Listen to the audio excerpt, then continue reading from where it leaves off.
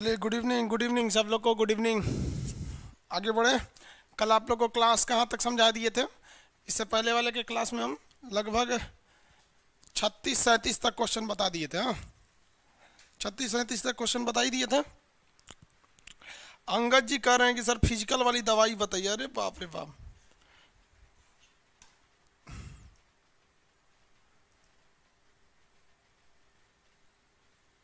एक के कमेंट को आप 40 बार कर रहे हैं जी। अंगद जी कह रहे हैं कि दवाई बताइए।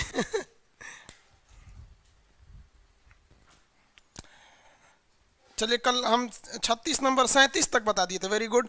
अब कुछ लड़कों को कहना है कि सर पीडीएफ डाउनलोड नहीं हो रहा है। भैया, हम आपको मोबाइल चलाना नहीं सिखाएंगे।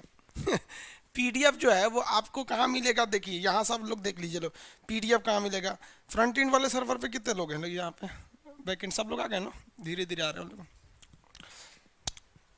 जो फ्रंट एंड का सर्वर है इसमें 5000 से ज़्यादा लड़कों को मत जाने दीजिएगा, वरना फिर बफरिंग करने लगेगा। ज़्यादा सबको बैक एंड वाले पे लगा के रखिएगा। देखिए इसमें बहुत से लड़कों लोग को प्रॉब्लम हो रहा है कि सर पीडीएफ नहीं खुल रहा। भाई, आपको पीडीएफ खोलने नहीं आ रहा, आपके मोबाइल के डॉक्यूमेंट्स में चला जाता है पीडीएफ। एक आदमी का दरोगा का खुल रहा है तो एनटीपीसी का नहीं खुल रहा है। आते हैं हम लोग। ब्राइटनेस कम करना है क्या इसका? चलिए स्टार्ट करते हैं हम लोग। कल 37 तक बता दिए थे आपको। 37 तक बता दिया गया था। देखिए तो ब्राइटनेस ठीक है मोबाइल। अरे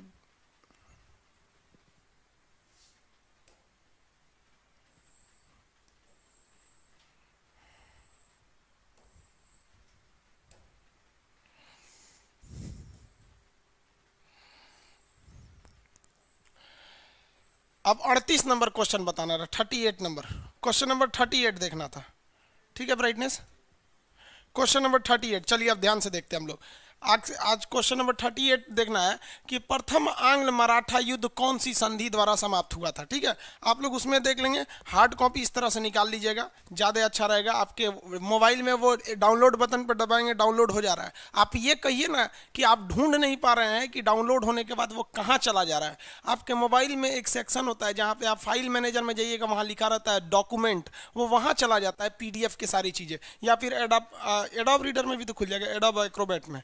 एडोब रीडर में खोल लीजिए, या फिर आप कहाँ खोल सकते हैं इसमें डॉक्यूमेंट्स में। अब नहीं मिल रहा है तो आप हमको कहिएगा कि सर मिल नहीं रहा है। चलिए अब क्वेश्चन नंबर 38 कह रहा है, हम उधर देखेंगे तो ज़्यादा आंख पे पड़ जाता है। तो ये प्रथम आंग्ल मराठा युद्ध किसके द्वारा समाप्त हुआ था? सालाबाई के संधि द्वारा। किसके द्वारा? सालाबाई की संधि। अब इसमें तीनों के तीन तो मराठों से लड़ाई हुई थी।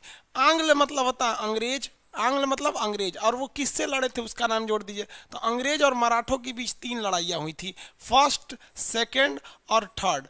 पहली जो लड़ाई खत्म हुई थी वो सालाबाई की संधि द्वारा, सालाबाई की संधि द्वारा। इसमें अंग्रेजों ने मान लिया था कि मराठों के लिए जो मंत्री हैं, मराठों के मंत्री, उनका नाम था 12 भाई परिषद, उसको इन्होंने मान्यता दे दिया था। तो इसमें ऑप्शन नंबर कौन सा होगा भाई? सालाबाई की संधि, ऑप्शन नंबर सी होगा। ये लड़ाई काफ़ी लंबी चली थी, 1775 से 1782 के बीच में चली थी। 1775 से 1782 के बीच में ये लड़ाई चली थी, काफ़ी लंबी चली थी सालाबाई की संधि द्वारा।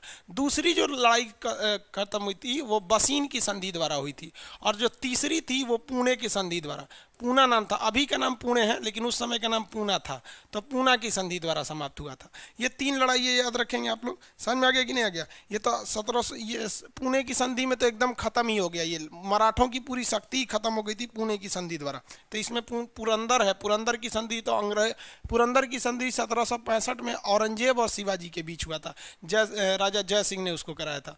ये 1803 से लेकर 1806 के बीच में ये लड़ाई लड़ी गई थी। तो इसमें बसीन वगैरह, तो इसमें केवल कौन सा है आपका ऑप्शन नंबर, इसमें कौन सा होगा? सी होगा। सबसे लंबी कौन सी लड़ाई चली थी? तीनों लड़ाइयों में से सबसे लंबी जो लड़ाई चली गई थी वो चली थी आपकी दूसरी मराठा युद्ध, 95 से लेकर 18 तक। 95, 1795 से ये काफ़ी लंबी चली थी, 95 तक में। ये वाली थोड़ी लंबी चली थी, 95 से लेकर आगे। देखिए इसमें कौन ना हो गया? ये सालाबाई की संधि हो गई, सालाबाई की संधि। आगे बढ़ जाए, अगला क्वेश्चन देखते हैं। कह रहा है कि अंग्रेजों ने कलकत्ता में निर्मित दुर्ग का नाम क्या रखा था? कलकत्ता के दुर्ग का नाम था फोर्ट विलियम। देखिए वहाँ के राजा साहब का नाम था विलियम, तो विलियम के नाम पर एक किला बनवाया जिसका नाम रखा विलियम का किला।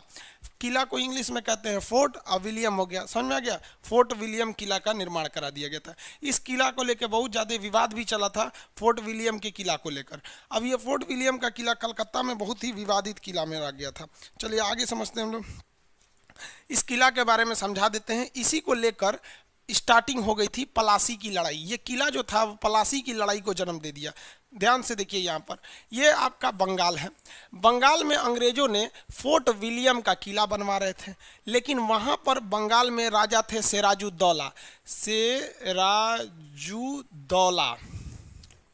सिराजुद्दौला बिना वहाँ के राजा सिराजुद्दौला के परमिशन के ये लोग वहाँ पर क्या कर रहे थे, किला बनवा रहे थे। अब सिराजुद्दौला ने इन लोग को मना किया तो ये मान ही नहीं रहे थे, और नहीं तो उस किला के ऊपर तोप वगैरह लगवा रहे थे। तो सिराजुद्दौला ने अचानक बंगाल के इस किला के ऊपर क्या कर दिया, हमला कर दिया। और किला पर जब हमला किया ना, और हमला करके 146 लोगों को उसमें से पकड़ लिया। 146 लोगों को पकड़ के एक छोटे से कमरे में उसमें घुसा दिया। ऊपर से ढक्कन लगा था, इसी में से कोच कोच के डाल दिया इसमें, छोटे से कमरे में 146 लोगों को। सोच रहा रात भर छोड़ दिया 146 लोगों में से। जब सुबेरे खोला ना तो इसमें से 123 लोग जो थे वो मर चुके थे, महज 23 लोग ही जिंदा थे। उस 23 में एक इतिहासकार था जिसका नाम था हॉर्नबेल। हॉर्न मतलब समझते हैं ना, सींग। हॉर्नबेल, इतिहासकार का नाम था हॉर्नबेल। उसने जाके सीधे यहाँ से छूटा, जैसे कमरा खुला तुरंत भागा, लंदन भाग गया, दौड़े दौड़े का भाग भाग भाग। सोचो जान बचेगा तो बहुत है। और लंदन के राजा को कहा कि महाराज वहाँ सिराजुद्दौला है, बहुत खचरा है। सोच रहा है कूच दिया था रात भर उसमें 146 लोग को, इतनी चुकी कमरा में मुर्गी की तरह। तो राजा वहाँ का विश्वास नहीं किया, कहा कि तुम कैसे बच गया रे। तो कहा कि महाराज हम तो वहाँ इतिहास लिखने गए थे, हमको लगा लिखे तो हम गिरा गए वहाँ पे, और हमको तो नसीब अच्छा था कि सबसे बाद में डाला था। और जब ढक्कन बंद किया ना, उसी में से नाक सटाए थे हम, रात भर उसी में से सांस खींच रहे थे हम, बड़ी मुश्किल से बचे। तो कहा ऐसा बात है, बहुत खचरा है, रुको हम सेना भेजते हैं। तो यहाँ से रॉबर्ट क्लाइव को भेजा गया। रॉबर्ट क्लाइव उस समय बंगाल में नहीं था, वो मद्रास में था। ये नीचे का एरिया था मद्रास, ध्यान से समझते चलिएगा, आपको रिवीजन होते रहेगा इसमें। ये मद्रास से किसको भेजा गया, रॉबर्ट क्लाइव को। ये बहुत होशियार था। ये गया, कहा गया कौन है सिराजुद्दौला, मार डालेंगे। देखा कहा अरे बाप रे बाप, सोच रहा के बाद 2 लाख की फौज है सिराजुद्दौला के पास। कहा कि ना इससे लड़ना उचित नहीं रहेगा। तो इसने, रॉबर्ट क्लाइव ने सिराजुद्दौला के सेनापति मीर जाफर को मिला लिया। किसे मिला लिया, मीर जाफर को। और मीर जाफर को मिलाकर इसने क्या किया, 1757 का पलासी की लड़ाई लड़ी। कौन सा, 1757 की पलासी की लड़ाई। ये पलासी की जो लड़ाई लड़ी थी, आपसे 2 क्वेश्चन पूछता है पलासी की लड़ाई में, ध्यान से। पलासी किस नदी के किनारे है, तो भागीरथी नदी के किनारे है। भैया ये गंगा नदी के किनारे है। बंगाल के लोग गंगा को भागीरथी कहते हैं, समझा गया, गंगा ही नदी के किनारे, बंगाली लोग भागीरथी कहते हैं। तो भागीरथी नदी के किनारे है। युद्ध में अंग्रेजों को जीतना फिक्स था, क्योंकि सिराजुद्दौला के सेनापति मीर जाफर अंग्रेजों से मिल चुका था। अंग्रेजों से क्या हो गया था, वो मिल गया था। समझ में आ गया कि नहीं आ गया। अब सिराजुद्दौला युद्ध में मारे गए। ये क्लाइव ने शर्तों के हिसाब से वहाँ का राजा बना दिया, किसे, मीर जाफर को। बंगाल के राजा को क्या कहा जाता था, वहाँ के राजा को कहा जाता था नवाब। जिस तरह से दिल्ली सल्तनत में राजा को सुल्तान कहा जाता था, रजिया सुल्तान, उसी तरह यहाँ के राजा को नवाब कहा जाता था। तो यहाँ के इसे क्या बना दिया, नवाब बना दिया। लेकिन मीर जाफर को नवाब बनाया तो अंग्रेज बार बार मीर जाफर से पैसे मांगते थे। अब ये पैसा देने में आनाकानी करने लगा, तो इसको हटाकर मीर कासिम को बना दिया। किसे बना दिया, मीर कासिम को। लेकिन मीर कासिम बहुत ही होशियार था। इसने अंग्रेजों के खिलाफ ही षड्यंत्र रचने लगा, और ये बंगाल से राजधानी को बिहार के मुंगेर में ला दिया। इसलिए अंग्रेजों ने कहा कि भैया हमारा वही अच्छा था, जो पहले वाला था ना मीर जाफर, वही ठीक था, इसको हटाओ। तो मीर कासिम को हटाकर फिर से किसे बना दिया गया, मीर जाफर को बना दिया गया। मीर जाफर फिर से राजा बन गया। अब ये जो मीर कासिम था, ये कहा कि हमको क्यों हटाया है, तो मीर कासिम दोबारा युद्ध में उतर गया 1764 के बक्सर का युद्ध में। बक्सर का युद्ध, बक्सर के युद्ध में, समझ में आ गया। मीर कासिम का जो दोस्त था वो मुगल बादशाह शाह आलम द्वितीय था। उसका नाम था शाह आलम द्वितीय। तो इसमें मीर जाफर के साथ मीर कासिम का साथ किसने दिया? दिल्ली का शासक शाह आलम द्वितीय। इसमें एक और साथ दिया लखनऊ का शासक शुजा-उद-दौला। यानी आप देखेंगे तो अंग्रेजों से जो बक्सर की लड़ाई लड़ी है उसमें तीन, एक मीर कासिम है। कौन है? मीर कासिम। मीर कासिम जो है इसका साथ देने के लिए ये तीन लोग आए हैं। कहाँ पर? बक्सर के मैदान में। और रॉबर्ट क्लाइव की सेना का नेतृत्व कर रहा था हेक्टर मुनरो, अकेले इन तीनों को हरा दिया। इस तरह से बक्सर की लड़ाई के बाद अंग्रेजों का पूरे भारत पर शासन हो गया, एक साथ तीनों राजाओं को हरा दिया। क्वेश्चन एग्जाम में ध्यान रखिएगा, किस लड़ाई ने अंग्रेजों को बंगाल का राजा बना दिया? तो बंगाल दे दिया उन्हें पलासी के युद्ध ने, क्योंकि उन्हीं के हिसाब से राजा बना था। किस युद्ध ने अंग्रेजों को पूरा भारत दे दिया? तो बक्सर के युद्ध ने पूरा भारत दे दिया। बक्सर का युद्ध और पलासी का युद्ध दोनों लड़ा गया था रॉबर्ट क्लाइव में, लेकिन पलासी के युद्ध में सेना लेके गया था रॉबर्ट क्लाइव और बक्सर के युद्ध में इसने हेक्टर मुनरो को सेना लेकर भेजा था। इसीलिए रॉबर्ट क्लाइव को बंगाल का गवर्नर बना दिया गया कि भैया बंगाल को तुम ही अच्छा से संभालते हो। तो बंगाल का पहला गवर्नर कौन था? Robert Clive. समझ में आ रहा है कि नहीं आ रहा? एक ही क्वेश्चन में हर एक चीज को ध्यान से रखिएगा। तो बंगाल में बनाया जाने वाला एक किला जिसका नाम था विलियम का किला, इंग्लिश में कहेंगे फोर्ट विलियम, उसने इतना बड़ा बड़ा तांडव मचा के रख दिया। समझ में आ रहा है आप लोग को? आगे बढ़े।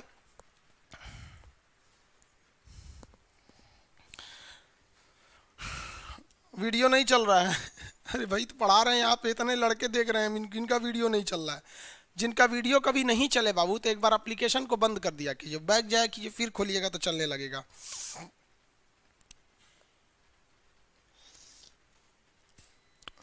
ज्योति सिंह, आपका क्या हो गया? मैथ का क्लास में भी वीडियो नहीं चल रहा था, पेमेंट के बाद भी सर नहीं।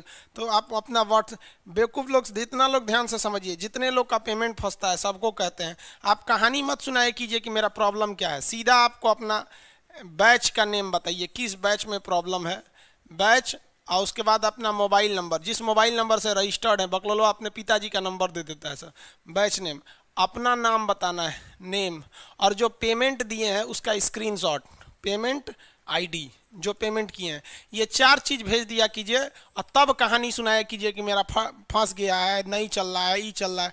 कम से कम मेरे पास 200 से ज़्यादा ऐसा मैसेज है जिसको आदमी डिलीट कर दिया है। लड़का चिल्ला रहा सर हेल्प कीजिए, अरे भाई कोने चीज़ के हिसाब से हेल्प करें? ना आपका बैच पता है ना मोबाइल पता है। हर बैच में अलग अलग लड़के हैं, सबका अलग अलग प्रॉब्लम है, आपका कहानी कोई थोड़ी सुनेगा। पढ़े लिखे बेवकूफ़ हैं आप लोग।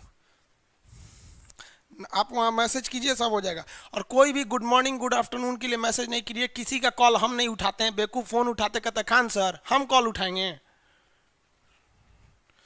वहाँ सीधे प्रॉब्लम बताया कीजिए आप। और अपना ये सब चीज़ें, पेमेंट आईडी, कई लड़कों को किसी लोगों ने धोखा दे दिया, कई लड़कों ने कह दिया कि किसी ने उनको कह दिया कि हम खान सर का पेमेंट दे रहे हैं, आईडी दे दो। किसी दूसरे को पेमेंट नहीं दीजिएगा, फिर उसके लिए हम लोग जिम्मेदार नहीं हैं।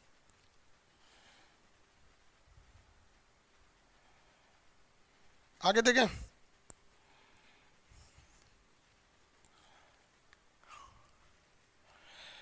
चलिए अब क्वेश्चन समझ में आ गया तो आगे बढ़ें। बहुत से लोगों को प्रॉब्लम हो रहा होगा। देखिए आप लोग को जो इसका जो नोट्स नहीं मिला है वो आप कैसे नोट्स मिलेगा आप लोग को, देखिए बता देते हैं नोट्स कैसे मिलता है। यहाँ देखिए सब लोग को समझा रहे हैं। ये आपने एप्लीकेशन खोल लिया ना, अब इसमें जाइए लाइव क्लास में, किस चीज़ का नोट्स चाहिए? दरोगा स्पेशल, तो दरोगा खोल लिए। जो प्रीवियस क्लास है उस प्रीवियस क्लास पे क्लिक कीजिए, प्रीवियस क्लास पे क्लिक किए ना, यहाँ लिखा हुआ है नोट्स, नोट्स पे क्लिक करेंगे, यहाँ लिखा है डाउनलोड, डाउनलोड करेंगे तो आपके मोबाइल के डॉक्यूमेंट्स में चला जाएगा। समझ में आ गया? अब आप लोग डाउनलोड कर ले रहे हैं, आपको खोजने नहीं आ रहा है तो हम क्या करें? लाइव क्लास में जो लाइव रहते हैं वो बताया जाता है, लाइव खत्म होने के बाद वो चला जाता है प्रीवियस के। सर रूस ने अलास्का से क्यों नहीं किया? बेवकूफ़ कहीं का, ये क्वेश्चन तुमको इस बैच में पूछना है। उसमें समझा दिए थे फिर भी तू नौटंकी करता है। तुम्हारे ही क्वेश्चन को समझाए थे, अलास्का से क्यों नहीं गया था। बाबू लाइव ऑनलाइन क्लास ना थोड़े होशियार लोगों के लिए, पूरी तरह से लोल है ना तो फिर ऑनलाइन क्लास आपके लिए आई नहीं है।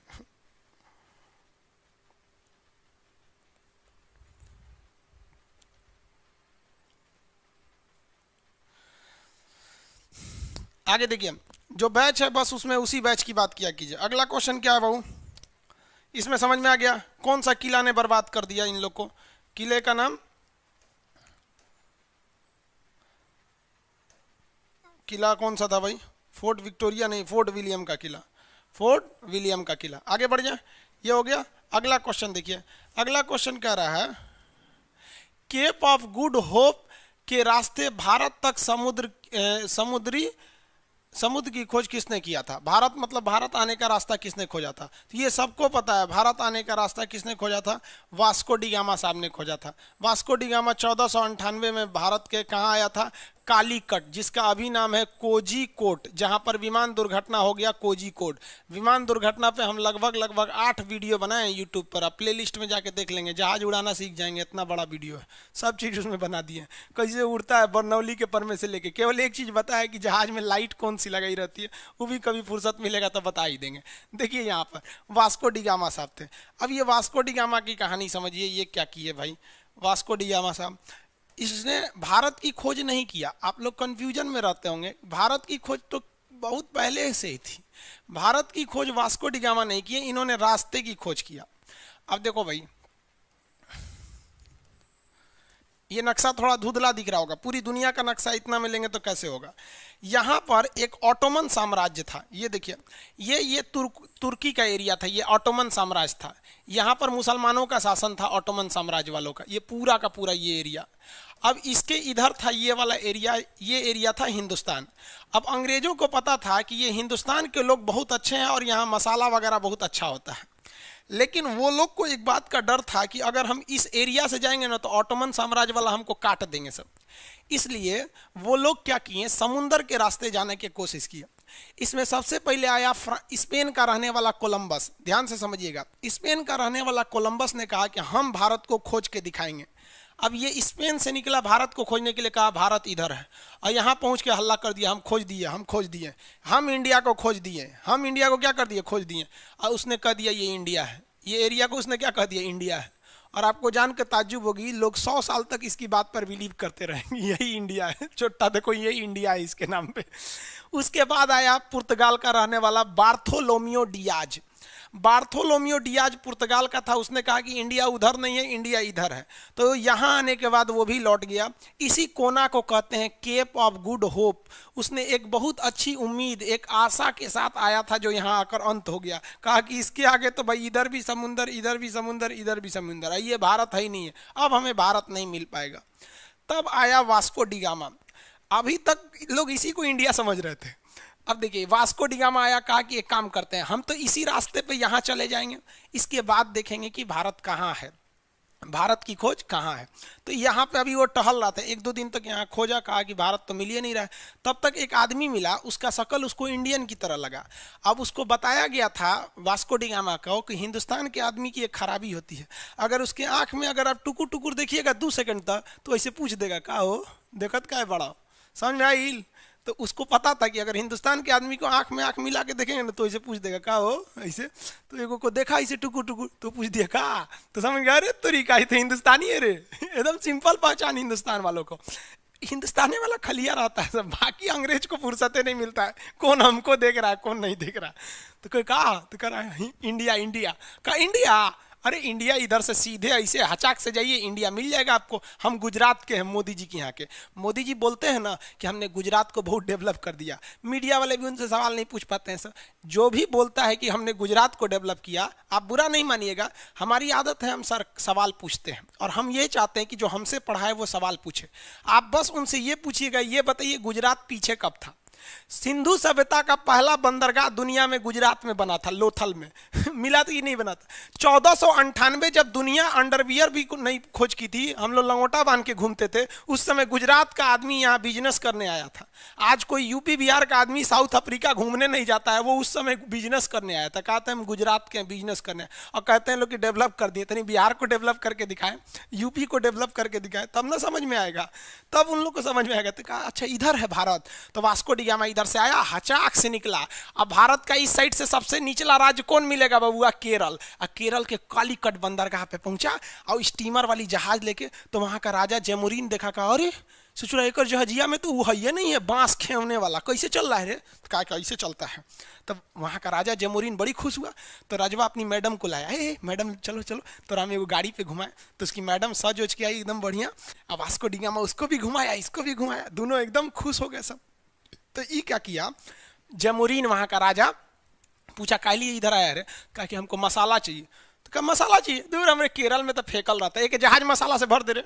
तो जहाज उसके मसाला को भर दिया। तो वास्को डी गामा कहा कि फिर से जरा बड़ी दूर रास्ता है, एक काम करते हैं, एगो यहाँ इंडिया का जहाज खरीद लेते हैं। तो एगो लकड़ी वाला इंडिया का जहाज खरीद लिया और उसमें अपने पैसा से मसाला खरीदा और उसको भर दिया और उसको अपनी नाव में बांध के दुग दुग दुग दुग दुग दुग दुग करके निकल दिया। और यहाँ से पहुंचा कहाँ पर, पुर्तगाल में।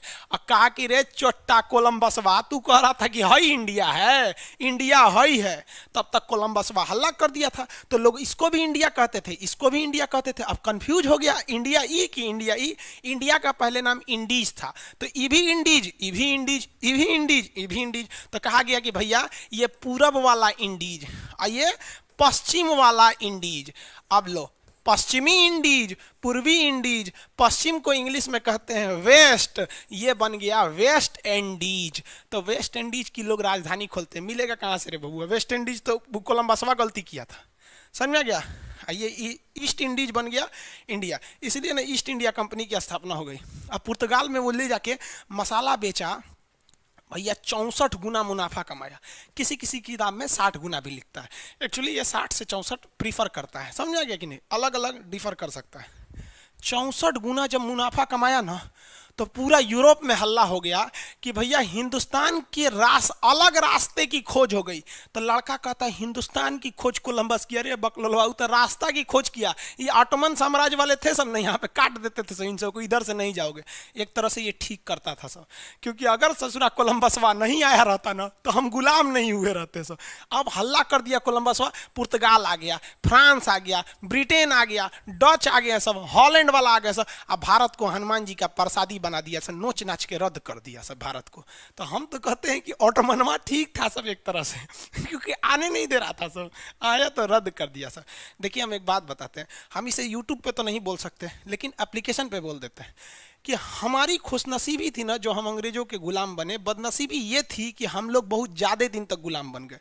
इतना ज़्यादा दिन बने कि नोच लिया सर, क्योंकि उन्होंने हमें आधुनिक शिक्षा दिया, वरना हम वही हिंदुस्तानी हैं जो महिलाओं को सती प्रथा के नाम पे जला देते थे। अंग्रेजों ने खत्म किया, विलियम बेंटिंग, समझा कि नहीं आया। हम वही हिंदुस्तानी है, किसी के घर में महिलाएं पैदा हो जाती थी तो आज भी मार देते थे महिलाओं को। हम वही हिंदुस्तानी है जो केरल में महिलाओं को स्तन ढकने नहीं दिया जाता था, वो कपड़ा खुले घूम के घूमो, क्यों, क्योंकि तुम दलित घर में पैदा हुई है। हम वही हिंदुस्तानी है जो कोई दलित अगर श्लोक सुन लेता था तो आग जला देते थे।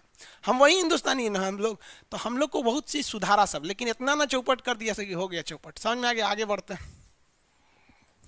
इसमें कौन होगा, बाकी सारा क्लास जब पढ़ाएंगे तो एक चीज सिस्टमेटिक पढ़ाएंगे। अरे क्रिस्टो कोलंबसवा है, देखो चट्टा कहीं का वेस्ट इंडीज का खोज किया था, उनने जाके करा था भारत खोज दी, ये नहीं होगा। भारत की खोज किसने किया था, वास्को डी गामा। अमुंद सेन नहीं किया, जॉन, ये सब कुछ नहीं थे। आगे बढ़े। अपने शासनकाल के दौरान अंग्रेज किसानों को आसाम में डैश उगाने के लिए करते, क्या मजबूर, भैया आसाम में क्या है, आसाम में चाय होता है, तो आसाम में उन्होंने चाय के लिए बोला और बंगाल में उन्होंने जूट के लिए बोला। बंगाल में उन्होंने क्या बोला, जूट। बंगाल में उन्होंने क्या बोला, जूट। और महाराष्ट्र में उन्होंने क्या बोला, कपास। महाराष्ट्र में कपास। देखिए कपास का ये कपड़े बनते हैं, कपास का कपड़ा बनता है, और जूट का बोरा बनता है, बोरा जो भैंस उसको ओढ़ाया जाता है वो जूट का बनता है। समझ में आ गया। तो इसमें ऑप्शन नंबर हो जाएगा चाय। अगला, इसमें कौन सा हो जाएगा, चाय। गन्ना गेहूं के लिए वो कभी प्रेरित नहीं किए थे। बिहार में उन्होंने क्या बोला था, बोने के लिए, ओह सॉरी, बिहार में देखिए, आसाम में कहेगा, आसाम में चाय, टी। बंगाल में उन्होंने जूट, बिहार में नील, इंडिगो, नील को क्या कहते हैं, इंडिगो। महाराष्ट्र में कपास, कपास यानी सूती कपड़ा, ये सब बोने के लिए। अकाल तख्त की स्थापना किसने किया था, हरगोविंद साहब ने किया था अकाल तख्त की स्थापना। अकाल तख्त, हरगोविंद, हो गया। देखिए ध्यान से, सिख धर्म जो है, सिख धर्म के पहले गुरु जी का नाम क्या था, गुरु नानक। सिख धर्म के पहले गुरु का नाम गुरु नानक। 1469 जन्म हुआ पाकिस्तान के तलवंडी में। गुरु नानक जी का जन्म कब हुआ, तलवंडी में हुआ। कब हुआ, 69 में। लेकिन उनकी मृत्यु कहाँ हुई, तो उनकी मृत्यु कहाँ हो गई, करतारपुर में हो गई। पाकिस्तान में एक जगह है ना करतारपुर में, तो देखिए तलवंडी पाकिस्तान में ही है, वहीं उन्होंने जन्म लिया, जिसे ननकाना साहिब कहते हैं। और पाकिस्तान के करतारपुर साहिब में क्या हो गई, उनकी मृत्यु हो गई। समझ में आ गया कि नहीं आ गया? अब जरा ध्यान से देखिए, सिख धर्म का A to Z चीजें पाकिस्तान में है, जो उनके मुख्य थे ननकाना साहिब। लेकिन ननकाना साहिब ने कहा था कि तुम अपने देश के लिए वफादार रहो। तो वो आज भी सिख कोई नहीं कहेगा कि हम पाकिस्तान चले जाएंगे, जबकि उनको पता है कि उनके सिखों के पहले धर्म गुरु वहीं जन्म लिए, वहीं उनकी मृत्यु हुई, वहीं उनका मकबरा है, सब कुछ वहीं करता है। लेकिन आज भी वो देश के लिए लड़ जाते हैं। और हम हिंदुस्तानियों को फक्र है कि आज भी अगर किसी को भूखा है तो सिखों के गुरुद्वारा में जाके अपना पेट भर सकता है, और भारत माँ के ऊपर कभी आंच नहीं आने देंगे ये पंजाबी फौजी, हमेशा जान दे देते हैं। इसलिए याद रखिए बाबू, धर्म से ऊपर आपका देश होता है। और अगर आप देश के लिए नहीं है ना, तो साले चुल्लू में पेशाब करो और मूत के मर जाओ उसमें, थूक के भी नहीं मरोगे, मूत के मर जाओ उसमें। जो अपने देश का नहीं हुआ ना, वो अपने बाप का नहीं है, साला पड़ोसी की औलाद है वो, सीधी सी बात। जो अपने देश का छोड़ के पड़ोसी का गुण गाए, वो अपने बाप का नहीं, पड़ोसी की औलाद है। जाके चेक कराना, डीएनए साला डिफेक्टेड निकलेगा। हम क्या बोले, ये सब ये अपना एप्लीकेशन है ना, कुछ बोल सकते हैं हम। इसलिए यूट्यूब पे बोलेंगे ना तो हमारा स्ट्राइक कान तान दुनिया भर का नियम कानून आ जाएगा यहाँ पे। और जो भी ये इस क्लास के वीडियोस को आप रिकॉर्ड नहीं कर सकते, इस सब चीज़ को, इसको आप लीक करेंगे, फिर हमारे बात आएगा तो फिर हम सीधा पुलिस केस कर देते हैं। क्योंकि ये सब चीज़ें फिर मेरे पे आ जाता है ना कि आपने नियम का वायलेशन किया है। तो इसमें कौन थे? हरगोविंद साहब थे। आगे बढ़े, देखो थोड़ा सा भाई, पहले गुरु जी का नाम क्या था? 1469 में क्या नाम था गुरु जी का? नानक साहब, गुरु नानक।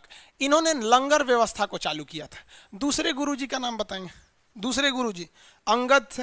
दूसरे गुरुजी, सेकंड गुरुजी अंगद। अंगद जी ने ना लंगर व्यवस्था को क्या किया? कंटिन्यू कर दिया। कहा कि हर सिखों को अपना 25% धन दान देके क्या करना है? लंगर चालू करना है। आज भी आप दिल्ली में जाइएगा, कुछ खाने को नहीं मिलेगा। किसी गुरुद्वारे में घुस जाइएगा, आपको खाने के लिए भरपेट खाना खिलाया जाएगा, शुद्ध खाना। और गलती से अगर मस्जिद में घुस गए, खाना नहीं मिलेगा। मंदिर में घुसेंगे तो प्रसादी, एगो लड्डू तोड़ के 40 आदमी को खिला दिया जाएगा। और दोबारा मांगेंगे तो कहेंगे प्रसाद प्रसाद की तरह होता है, भरपेट खाएगा तुम यहाँ पे। और चंदा मांगने के लिए देखिएगा, ये दोनों सड़क रोक देगा सब। समझ में आएगा कि नहीं? सड़क इस सब नहीं। जबकि इन लोग को, सिखों को कभी नहीं देखेंगे आप चंदा मांगते हुए, और दिल खोल के खिलाते हैं आप लोग को। बहुत नेक होते हैं ये इंसान होते हैं। बाकी तो हिंदू मुस्लिम तो लड़ो अपने में। उसके बाद कौन से हो गए? तीसरे गुरु हो गए। तीसरे गुरु का नाम क्या था भाई? तीसरे गुरु साहब जो थे उनका नाम था अमरदास। और चौथे गुरु जो थे उनका नाम था रामदास। पांचवें गुरु का नाम था अर्जुन देव। इसमें क्या था? अमरदास। इन्होंने सती प्रथा इत्यादि का विरोध किया था। रामदास, इसमें एक क्वेश्चन पूछता है रामदास के बारे में। रामदास जी को अकबर ने क्या दिया था? जमीन दिया था। किसके लिए?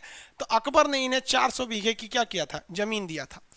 किस चीज के लिए? तो अमृतसर की स्थापना के लिए। ध्यान से समझिएगा, यहाँ पे बहुत लड़का कंफ्यूज हो जाता है। अमृत मतलब होता है मतलब स्वर्ग का पानी, और सर मतलब होता है सरोवर।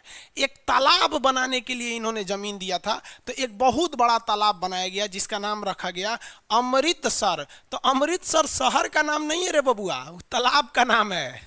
अमृत मतलब होता है जन्नत का पानी, सर मतलब होता है सरोवर। बहुत बड़ा, उतना 500 बीघा जमीन, 400 बीघा जमीन में इसको बनाया गया। और इसमें क्या किए? 5वें गुरु आए अर्जुन देव। ये तो तालाब बनवा दिए, कौन? रामदास। 5वें गुरु कौन है? अर्जुन देव। इसके बीच में एगो मंदिर बनवा दिए, तालाब के बीच में मंदिर का नाम रख दिया हर मंदिर मतलब भगवान के लिए हर मंदिर।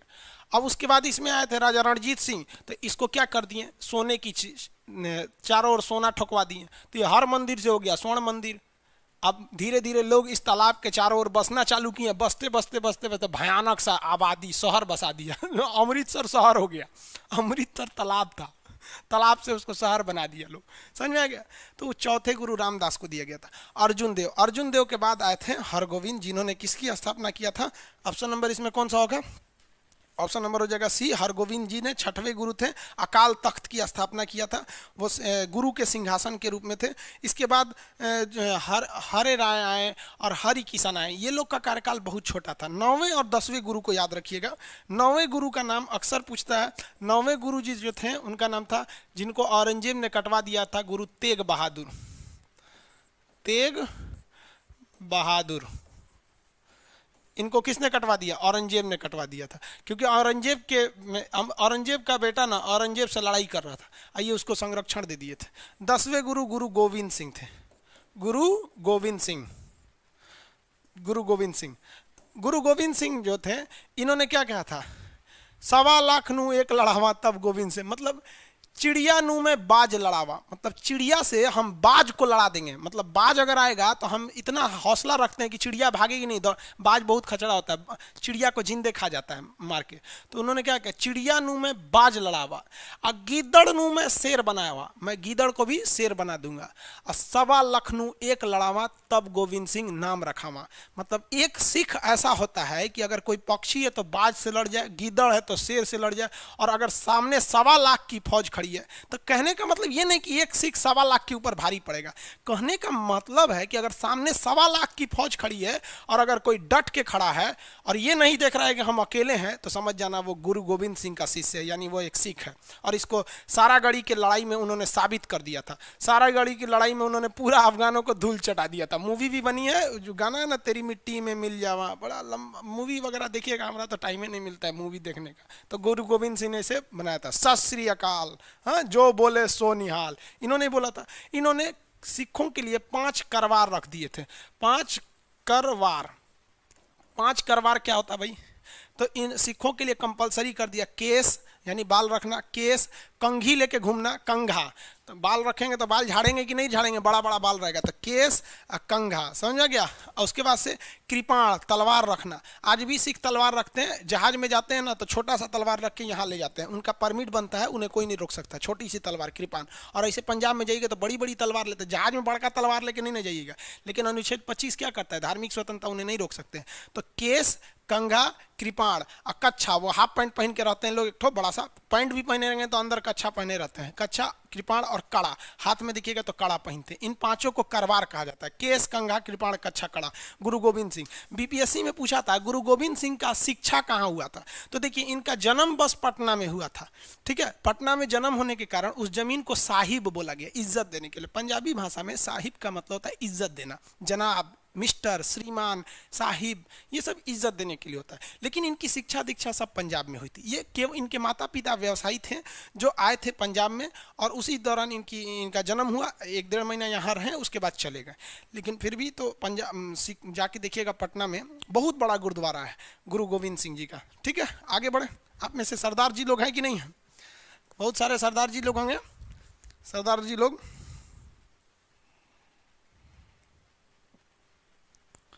साहे साहे, सर रूस ने अलास्का को यूएसए को क्यों दे दिया, मतलब इसमें हम पढ़ाएंगे रूस ने अलास्का को क्यों दे दिया। जब नक्शा पढ़ाएंगे ना, तो जब वहां अलास्का आएगा तो हम बताएंगे कि क्यों बेच दिया। भारत ने पाकिस्तान क्यों दे दिया, अपने न था। बांग्लादेश क्यों दे दिया,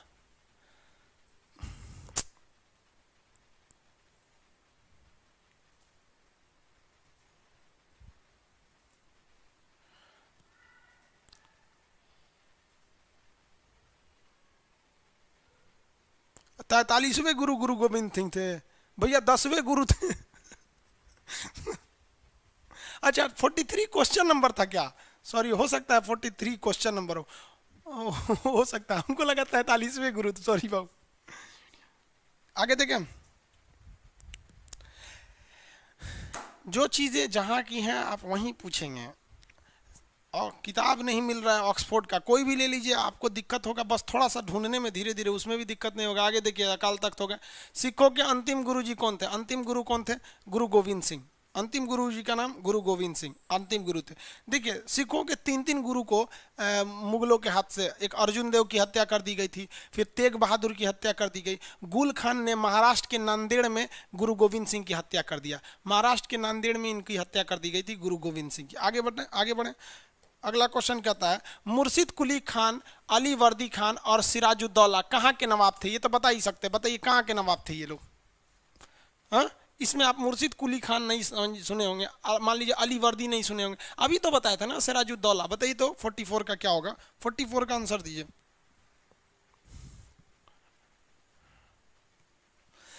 9th एडिशन आ गया एटलस का, ले लीजिए, कोई दिक्कत नहीं, जो मन है वो ले लीजिए। एटलस का 9th एडिशन आ गया तो ले लीजिए। 43 का आंसर दीजिए। 44 का, 44 का सी, हैदराबाद। अरे भैया गलत, 43 का डी। अभी बताए ना सिराजुद्दौला कहाँ के शासक थे? सिराजुद्दौला बंगाल का था। मुर्शिद कुली खान ने बंगाल की स्थापना किया था, मुर्शिद कुली खान, समझ में गया।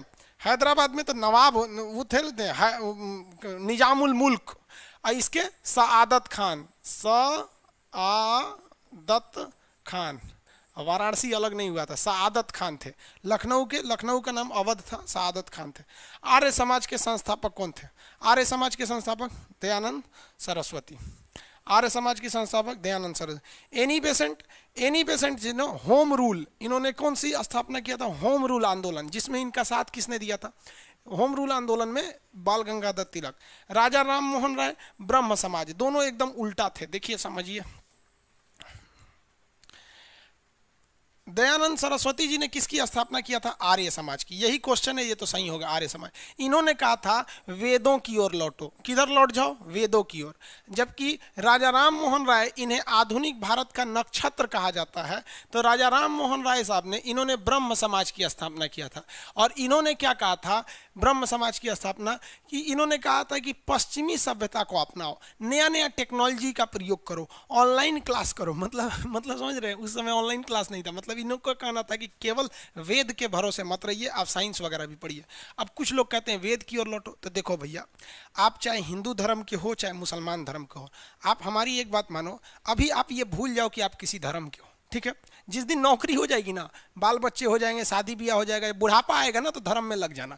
अब आप वेदों की ओर लौट जाइएगा। जब तक जवान है ना, तब तक आप राजा राम मोहन राय को मानिए, साइंस वगैरह पढ़िए, आप ये सब चीज़ों को पढ़िए, नौकरी लीजिए। सामाजिक जिम्मेदारियां भी होती हैं, ऐसा नहीं है कि धर्म ही सब कुछ है। बुढ़ापा में कोई काम नहीं रहेगा, उधर से पतो गरी आएगी, पत्नी बुढ़ा जाएगी तो और ही खौरा जाएगी, और ही घुसिया बोलेगी, तो चुपचाप उस समय भगवान को याद करने के अलावा कोई रास्ते नहीं रहेगा। अभी फ्यूचर बनाइए, अभी धर्म वरम की बात अच्छी नहीं लगती है, समझ में गया? अभी एकदम फ्यूचर बनाइए, भगवान से कहिए कि आप रहिए ना, आप हम आपको नंबर सेव किए हैं, डिलीट नहीं किए हैं, समझ में आ गया? चलिए, भगवान को मत इस चीज़ के लिए मानिए कि आप कोई गलत काम ना करें, बस, उससे ज़्यादा। विवेकानंद जी, आपको तो इनको कौन भूल सकता है? 11 सितंबर 1893 शिकागो में इन्होंने क्या किया? धर्म सम्मेलन में लंबा चौड़ा भाषण दे दिया था इन्होंने। इन्हें क्या कहा जाता है? हिंदू नेपोलियन। स्वामी विवेकानंद जी को क्या कहा जाता है? हिंदू नेपोलियन, समझ में गया? इनके गुरु जी का नाम रामकृष्ण परमहंस था, जिनके नाम पर इन्होंने रामकृष्ण मिशन की स्थापना किया था। अगला क्वेश्चन देखते हैं, इसमें होना चाहिए आपका दयानंद सरस्वती जी। 45, ये कितना हो गया? 45। अब कौन सा होगा? 44। जितने लोगों का डाउनलोड नहीं हुआ है, आपको मोबाइल चलाने नहीं आता है, ये डाउनलोड होने के बाद कहाँ चला जाता है? आपके उसमें डॉक्यूमेंट्स में चला जाता है। चलिए यहाँ देखिए क्या कर रहा है कि मिलाइए, आर्य समाज के संस्थापक कौन थे? आर्य समाज के संस्थापक दयानंद सरस्वती। अगला, ब्रह्म समाज के राजा राम मोहन राय। वेद समाज के और प्रार्थना समाज के, चलिए ध्यान दीजिए यहाँ पे, वेद समाज और प्रार्थना समाज के संस्थापक कौन थे? इसमें तो हो गया ये और ये यहाँ पे। अब देखिए, वेद समाज जब कहेगा ना, तो हो जाएगा आपका केशव चंद्र सेन और कई लोगों ने इसमें शामिल थे। जबकि प्रार्थना समाज में भी कई लोग थे, आत्माराम पांडुरंग इत्यादि लोग, कई लोग शामिल थे इसमें। तो इसमें कौन सा हो जाएगा आपका? बी। अगला देखते हैं, ये उस समय जब देश गुलाम था तो लोगों को जागरूक करने के लिए कई संगठन बनाए गए थे। निम्नलिखित में से वह कौन सा आयोग था जिसने सबसे पहले भारत में प्राथमिक एवं माध्यमिक शिक्षा पर जोर दिया था? देखिए, हंटर आयोग की स्थापना 1881 में हुई थी। हालांकि एक 1920 में जो हंटर आयोग बना था वो जलियांवाला बाग हत्याकांड की जांच के लिए था। तो इसने सबसे पहले शिक्षा का। मैकाले आयोग, इसने क्या किया था? कानून का इसने सिफारिश किया था, मैकाले आयोग। तो इसमें कौन सा होगा? हंटर आयोग। ऑप्शन नंबर कौन सा होगा? सी, हंटर आयोग। अगला, भारत का बिस्मार्क किसे कहा जाता है? भैया ये बिस्मार्क क्या होता है? बिस्मार्क ये जान जाएंगे तो यहाँ बता देंगे। देखिए, जर्मनी जो था, जर्मनी कई टुकड़ों में बटा हुआ था, 16-17 टुकड़ा था। जर्मनी देशे नहीं था, इस तरह का जर्मनी था, कुछ इधर था, कुछ इधर था, कुछ इधर था, ऐसे वैसे। भारत पहले देश था। राणा प्रताप बंगाल के, उधर राजस्थान के राजा, दक्षिण भारत का कोई और राजा, बंगाल का कोई और राजा, कश्मीर का कोई और राजा। भैया राजा माने देश, तो हिंदुस्तान कहाँ गया? हिंदुस्तान भी तो टुकड़े में था, नहीं समझे आप? बात समझ रहे हैं कि नहीं? हिंदुस्तान को जोड़कर 3-4 शासक रहे हैं सब। चंद्रगुप्त मौर्य पूरे हिंदुस्तान को अकेले शासन में किया, अशोक अकेले किया, कनिष्क अकेले संभाला, हर्षवर्धन अकेले संभाला, अकबर अकेले संभाला, बाकी कोई अकेले नहीं संभाला। समझ में गया? इतिहास में हम आपको पढ़ाएंगे। देखिए दो चीजें ध्यान से समझिएगा, एक देशभक्ति अलग होती है और राष्ट्र प्रेम अलग होता है, दोनों में फर्क हो जाता है। जब आप राष्ट्र प्रेम को बात आ जाइएगा, राष्ट्रवाद होना अलग बात है, देशभक्त होना अलग बात है। देशभक्त का मतलब होता है आप देश के बारे में बोलिए, और राष्ट्रभक्त का मतलब होता है संस्कृति के बारे में बोलिए। तो दोनों में थोड़ा सा अंतर होता है। आगे देखिए, तो बिस्मार्क जो था जर्मनी को ना कहा कि सबको काट कूट के हम रद्द कर देंगे, सब एक हो जाओ। तो बिस्मार्क ने कई टुकड़ों में विभाजित जर्मनी को एक कर दिया था। तो कह रहा है कि भारत का बिस्मार्क कौन था? तो भारत के टुकड़ों को एक किसने किया? आप बता ही सकते हैं। सरदार पटेल और वीपी मेनन, दो लोगों ने, वीपी मेनन वीपी मेनन और सरदार पटेल ने इसे एक किया। पॉलिटी के क्लास में पूरा बता दिए हैं इसको, अखंड भारत वाला चीज यूट्यूब पे भी बताया है इसको। आगे बढ़े। तुर्की से जुड़ा आर्मेनिया का एक हेलीकॉप्टर मार के गिरा दिया है। अभी इस क्लास के बाद उस पर यूट्यूब पे वीडियो भी डालना है। इसमें कौन सा होगा भैया? भगत सिंह हो गया, भगत सिंह नहीं, सरदार वल्लभ भाई पटेल। भगत सिंह तो अलग थे, सुभाष चंद्र बोस, बाल गंगाधर तिलक, इन लोग का इसमें योगदान नहीं था। सूची 1 को सूची 2 से मिलाइए। सीमांत गांधी माने भारत के अंतिम में कश्मीर वाले कौन थे? सीमांत गांधी। खान अब्दुल गफ्फार खान है, ये हो गए सीमांत गांधी, खान अब्दुल गफ्फार खान। भारत का सबसे वयोवृद्ध दादा भाई नौरोजी, पारसी धर्म को मानते थे दादा भाई नौरोजी, 3 बार कांग्रेस के अध्यक्ष रहे थे। इन्होंने ब्रेन किसका सिद्धांत दिया था? भारत का जो धन के बहिर्गमन का से, मनी ड्रेन, मतलब भारत का पैसा अंग्रेज विदेश में लेके जा रहे हैं। भारत पहले व्यक्ति थे जिन्होंने भारत का पर कैपिटा इनकम निकाला था। हो गया, आगे बढ़े। अब आता है महामना मदन मोहन मालवीय, बीएचयू की स्थापना कर दिए थे 1916 में इन्होंने। अगला, भारत का लौह पुरुष सरदार वल्लभ भाई पटेल नहीं है? अच्छा यहाँ है, सरदार वल्लभ भाई पटेल लौह पुरुष। और लौह महिला कहेगा तो इंदिरा गांधी। बाल गंगाधर तिलक, इन्होंने तो महाराष्ट्र के लिए थे, केसरी और मराठा नामक पत्रिका लिखा था इन्होंने। इसका ऑप्शन नंबर आप सजा लीजिएगा इसमें। हाँ, अगला क्वेश्चन, अगला क्वेश्चन देखिए। महात्मा गांधी अर्धनग्न फकीर हैं, या उस वक्त किसने कहा था? विंस्टन चर्चिल है। देखिए ये रहा विंस्टन चर्चिल थे। देखिए कब हुआ? 1931 में ऐसा लग गया था कि द्वितीय विश्व युद्ध हो जाएगा। बहुत ही बड़ी मंदी आई थी, जिस समय अभी इंडिया में कोरोना को लेके बहुत बड़ी मंदी आई है ना, उसी तरह एक बहुत बड़ी मंदी आई हुई थी। उस मंदी के चपेट में पूरी दुनिया आ गई थी। और उस समय महात्मा गांधी यहाँ पे क्या कर रहे थे? सभी ने अवज्ञा आंदोलन किए थे। तो महात्मा गांधी को बुलाने के लिए रैमजे मैकडोनल्ड, उस समय प्रधानमंत्री थे ब्रिटेन के प्रधानमंत्री रैमजे मैकडोनल्ड ने महात्मा गांधी को बुलाया, आइए आप गोलमेज सम्मेलन में भाग लीजिए। तो महात्मा गांधी वहाँ यही धोती पहन के चल गए वहाँ पे, और वहाँ सब टाई बेल्ट लगा के घूमने वाला। महात्मा गांधी को धोती में देखा तो धोती में तो आधा शरीर खुले रहता है। तो विंस्टन चर्चिल जो उस समय विपक्ष में था, जिस तरह अभी कांग्रेस विपक्ष में है ना, और मोदी जी बीजेपी अभी सत्ता में, उस समय वहाँ पर रैमजे मैकडोनल्ड प्रधानमंत्री थे और विंस्टन चर्चिल विपक्ष में थे।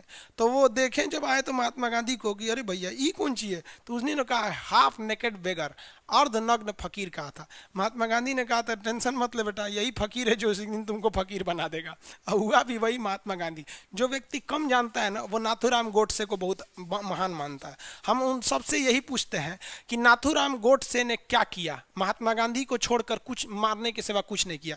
उसके माँ के दूध में इतनी गर्मी थी तो क्यों नहीं मारा था जलियांवाला बाग के हत्यारों को? क्यों नहीं मारा था उन अंग्रेजों को जिसने भारत छोड़ो आंदोलन 1942 में हजारों भारतीय महिलाओं का रेप किया था? क्यों नहीं मारा था उसने एक भी अंग्रेजों को? लॉर्ड माउंटबेटन को क्यों नहीं मारा? उसके अंदर उसके बाप के खून में इतनी गर्मी थी कि वो एक बूढ़ा आदमी को मार सके 80 साल का, जो खुद 2-3 साल में मर जाता घसीट के। उसको बहुत बड़ा देशभक्ति दिख रही थी। अरे भैया तुम देशभक्त थे तो तुमने कभी सुना, कहीं इतिहास में आपने सुना कि नाथूराम गोडसे ने एक लाठी भी अंग्रेजों को मारा है? जानता था कि मारेंगे तो हमको बर्बाद कर देगा सब, एकदम परफेक्ट पता था उनको यहाँ पर। लेकिन लोग उनको देशभक्त बोलते हैं, बाह रे भैया बाह। ऐसे लोग ना अपने पड़ोसी को बाप बोलते हैं।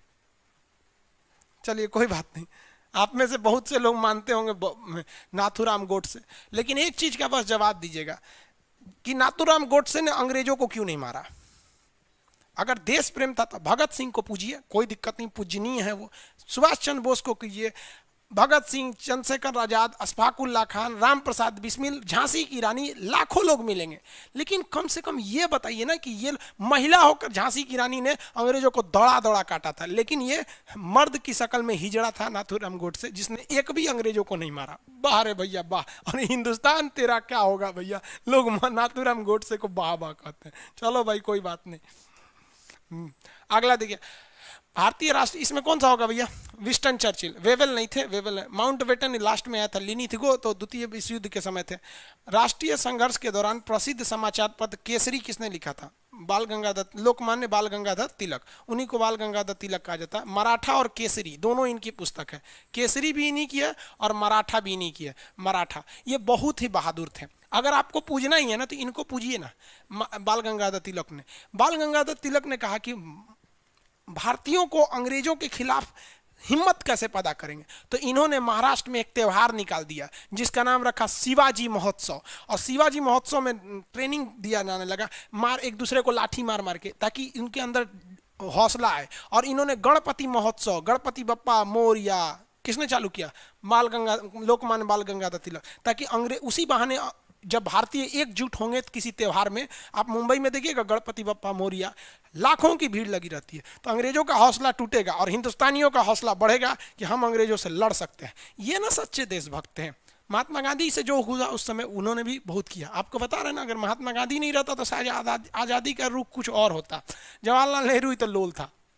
देखिए आज़ादी से पहले जवाहरलाल नेहरू बहुत अच्छा काम किए, आज़ादी के बाद ये जवाहरलाल नेहरू एकदम चौपट काम किए। इसकी ज़िंदगी की सिर्फ एक गलती, ये अपने आप को विश्व का लीडर मानना चाहता था। जब आप विश्व का लीडर बनिएगा ना तो आप विश्व के बारे में सोचने लगिएगा, अपने देश के बारे में नहीं सोचिएगा। मोहम्मद इकबाल, इन्होंने बहुत बढ़िया किताब लिखा, मैंने उन्होंने लिखा, सारे जहाँ से अच्छा हिंदू सिता हमारा, हम बुलबुले हैं इसके ये गुल सिता हमारा, यूनान मिस्र रूमा सब लुट गए जहाँ से, लेकिन मगर है बाकी नामो निशा हमारा, कुछ बात है कि हस्ती मिटती नहीं हमारी, सदियों रहा है दुश्मन दौरे जहां हमारा। हमारा दुश्मन कौन नहीं रहा है, पुर्तगाल, फ्रांस, मिस्र, इटली, कौन नहीं हमसे दुश्मनी किया है, सब अंग्रेजों के गुलाम रहे। मोहम्मद गोरी आया, गजनवी आया, कितने लुटेरे आए, लेकिन आज भी हमारा देश वैसे ही डट कर खड़ा है। जरा पूछिए उन लुटेरों से कि गजनवी तुम्हारा देश कहाँ गया, गौरी तुम्हारा देश कहाँ गया, अहमद शाह अब्दाली तुम्हारा देश कहाँ गया, नादिर शाह तुम्हारा देश कहाँ गया, सब लूट गए जहां से, लेकिन मगर है बाकी नामो निशा हमारा। कुछ बात है कि हस्ती मिटती नहीं हमारी, और ना ही मिट सकती है, क्योंकि गीता में स्पष्ट लिखा है कि जिसका जन्म हुआ उसी की मृत्यु होती है। कोई माई का लाल ये नहीं बता सकता है भारत का जन्म कब हुआ। अरे भैया, भारत को आज़ादी मिली थी 15 अगस्त को, भारत तो पहले से था, लेकिन सब जानते हैं कि 14 अगस्त 1947 को पाकिस्तान का जन्म हुआ, और जिसका जन्म हुआ उसकी मृत्यु निश्चित है और होके रहेगा उसकी मृत्यु। और भारत तो अजर अमर था, जब तक ये दुनिया रहेगी हमारा तिरंगा शान से लहराएगा। समझ में आ गया। अल्लामा इकबाल ने लिखा था, आगे बढ़े, अल्लामा इकबाल आगे बढ़े। इसमें लेडी विद द लैम्प किसे कहते हैं, फ्लोरेंस नाइटिंगेल को। Lady with the lamp Florence Nightingale को, समझ में आ रहा है कि नहीं आप Florence Nightingale, lady with the lamp. आगे बढ़ना, आगे देखिए, क्वेश्चन थोड़ा हाई लेवल का कर दीजिए सर, आप कोई टेंशन नहीं लीजिए बाबू, स्टार्ट हो गया ना, हाई लेवल का क्वेश्चन आ जाएंगे। मेरा कहने का सेंस आपको थ्योरी समझा देना है। ये एक तरह का रिफ्रेशमेंट बैच होता है कि मान लीजिए 10 दिन 15 दिन बाद एग्जाम है ना, तो आपको एक धीरे धीरे करके सब चीज़ रिवाइज कराने के लिए एक अच्छा सा टॉनिक बोलते हैं इसको, समझ में आ गया। अब आप करें इंजेक्शन मार दीजिए तो मार देंगे हम इंजेक्शन, टॉनिक टॉनिक की तरह होता है। लेडी विद द लैम्प किसे कहा जाता है, फ्लोरेंस नाइटिंगेल को। फ्लोरेंस नाइटिंगेल, अब फ्लोरेंस नाइटिंगेल कौन थी फ्लोरेंस नाइटिंगेल, आइए इनके बारे में भी देख लेते हैं। यूरोप का नक्शा उठा लेते हैं, ये रहा यूरोप।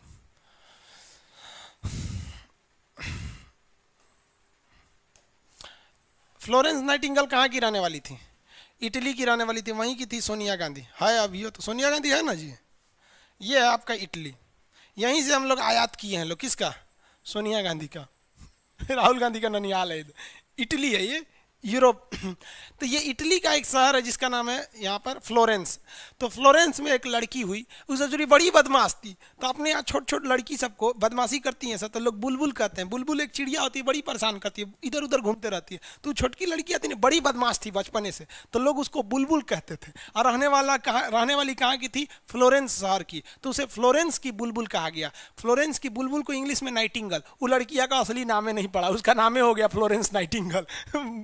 आप समझ में आ गया? आप कोई मान लीजिए दिल्ली में चाल पाल करते दिल्ली की बुलबुल, तो भाई वो थोड़ी होगा दिल्ली की नाइटिंगल, तो वही फ्लोरेंस नाइटिंगल हो गए।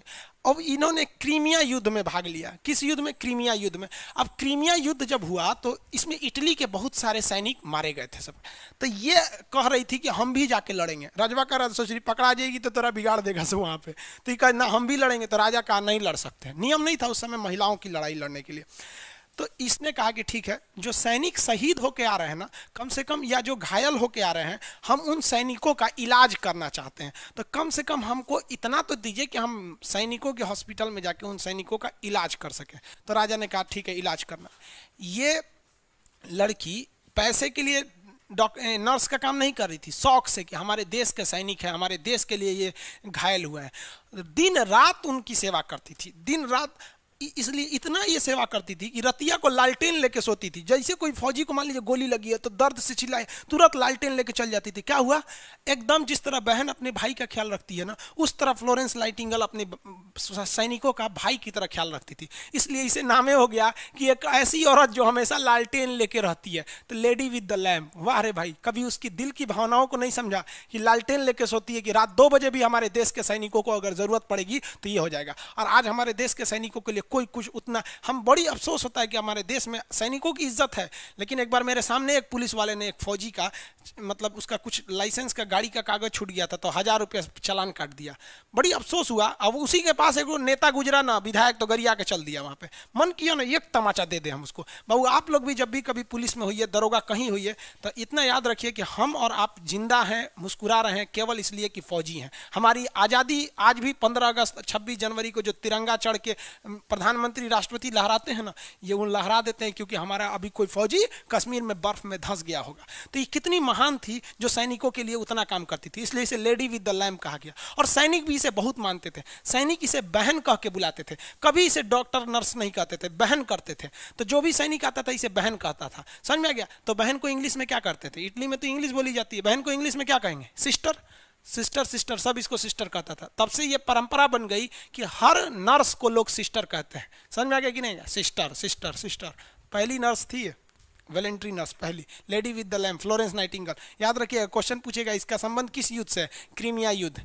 क्रीमिया युद्ध 1854 से 56, 1854 से 56 के बीच में क्रीमिया युद्ध। समझ में आ गया? क्वेश्चन देखते हैं अगला। इसमें कौन होगा? Lady with the name Sarojini Naidu, ये हो गया फ्लोरेंस।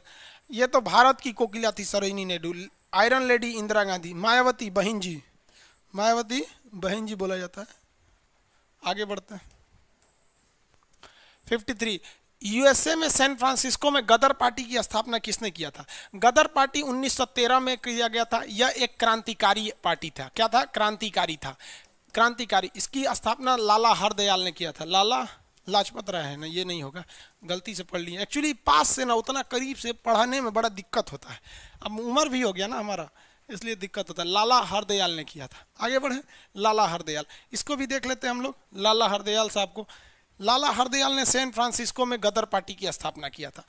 लाला हरदयाल का कहना था ना कि अंग्रेजों को एक जगह से मत मारिए, हर जगह से थूर पूछ दीजिए उनको। तो इसलिए लाला हरदयाल भारत से चले गए कहाँ पर? अमेरिका, ये सैन फ्रांसिस्को। और यहाँ पर 1913 में इन्होंने गदर पार्टी की स्थापना की थी, क्योंकि अंग्रेजों का यहाँ भी बहुत ज़्यादा व्यापार चलता था अमेरिका में। कहा इन्हीं मारेंगे तुमको। श्यामलाल जो थे कृष्ण बर्मन, ये लंदन में इन्होंने इंडिया हाउस की स्थापना किया। हम यहाँ से कूचेंगे तुमको, यहाँ से। सुभाष चंद्र बोस रूस की ओर निकल गए, इधर यूरोप में निकल गए। मतलब तो हम हर जगह कूचेंगे वहाँ पर।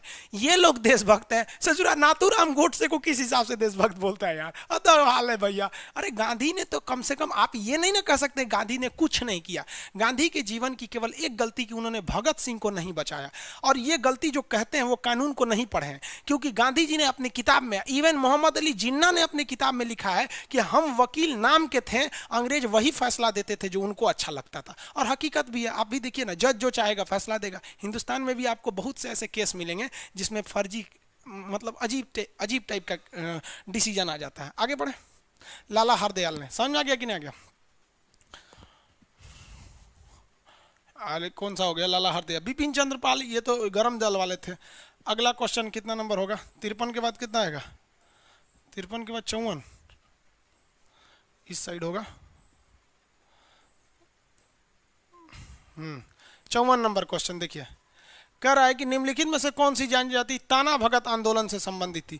झारखंड में ये मुंडा विद्रोह था, मुंडा जनजाति के लोग, इन्होंने ताना भगत आंदोलन कर दिया था, क्योंकि जनजातियों की अपनी परंपरा होती है, उन लोग का रहन सहन सब चीज अलग होता है, तो मुंडा जनजातियों का था। 1857 की क्रांति किसने शुरुआत किया था? तो 1857 की क्रांति जो थी 10 मई 1857 को चालू हुई थी, और ये किसने चालू किया था? मेरठ के सिपाहियों ने चालू कर दिया था। कहाँ के सिपाहियों ने? मेरठ के सैनिकों ने चालू कर दिया था 1857 की क्रांति। हालांकि इसको स्टार्ट करना था 30 मई को, लेकिन पहले ही इन लोगों ने स्टार्ट कर दिया, और इनमें नेतृत्व की कमी थी, जिस वजह से यह आंदोलन क्या हो गया? असफल हो गया, नेतृत्व के अभाव में। कोई भी चीज सफल कैसे होता है?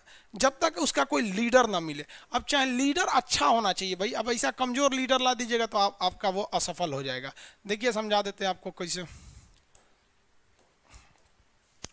1857 की क्रांति में रियल में देखिएगा तो कोई देश के लिए नहीं लड़ रहा था, बहुत दुख के साथ कहना पड़ता है, लेकिन कोई देश के लिए नहीं लड़ रहा था। आप अगर हकीकत में देखेंगे तो बिहार से लड़ रहे थे कुंवर सिंह। जानते हैं क्यों? क्योंकि इनकी जमींदारी छीन ली गई थी। अगर इनकी जमींदारी लॉर्ड डलहौजी ने नहीं छीना रहता राज्य हड़प नीति के तहत, तो ये नहीं लड़ते। रियलिटी में यही है। झांसी की रानी झांसी से लड़ रही थी, जिनको हीरोज ने दबा दिया। ये केवल इसलिए लड़ रही थी कि इनके पति की मृत्यु इनके शादी के 2 साल के अंदर ही हो गई थी बीमारी से, गंगाधर राव का। इनका अपना कोई संतान नहीं था, तो इन्होंने गोद लिया था। तो लॉर्ड डलहौजी ने नियम बना दिया कि गोद लिए हुए लड़के को राजा नहीं बनाएंगे। तो इनका भी कोई देश प्रेम नहीं था, इनको अपने राजा से मतलब था। और उस समय देश ही नहीं था तो देश प्रेम कहाँ से रहेगा? अगर इनको यहाँ आना है तो टैक्स देंगे, ये इनको आना है तो उनको टैक्स देंगे।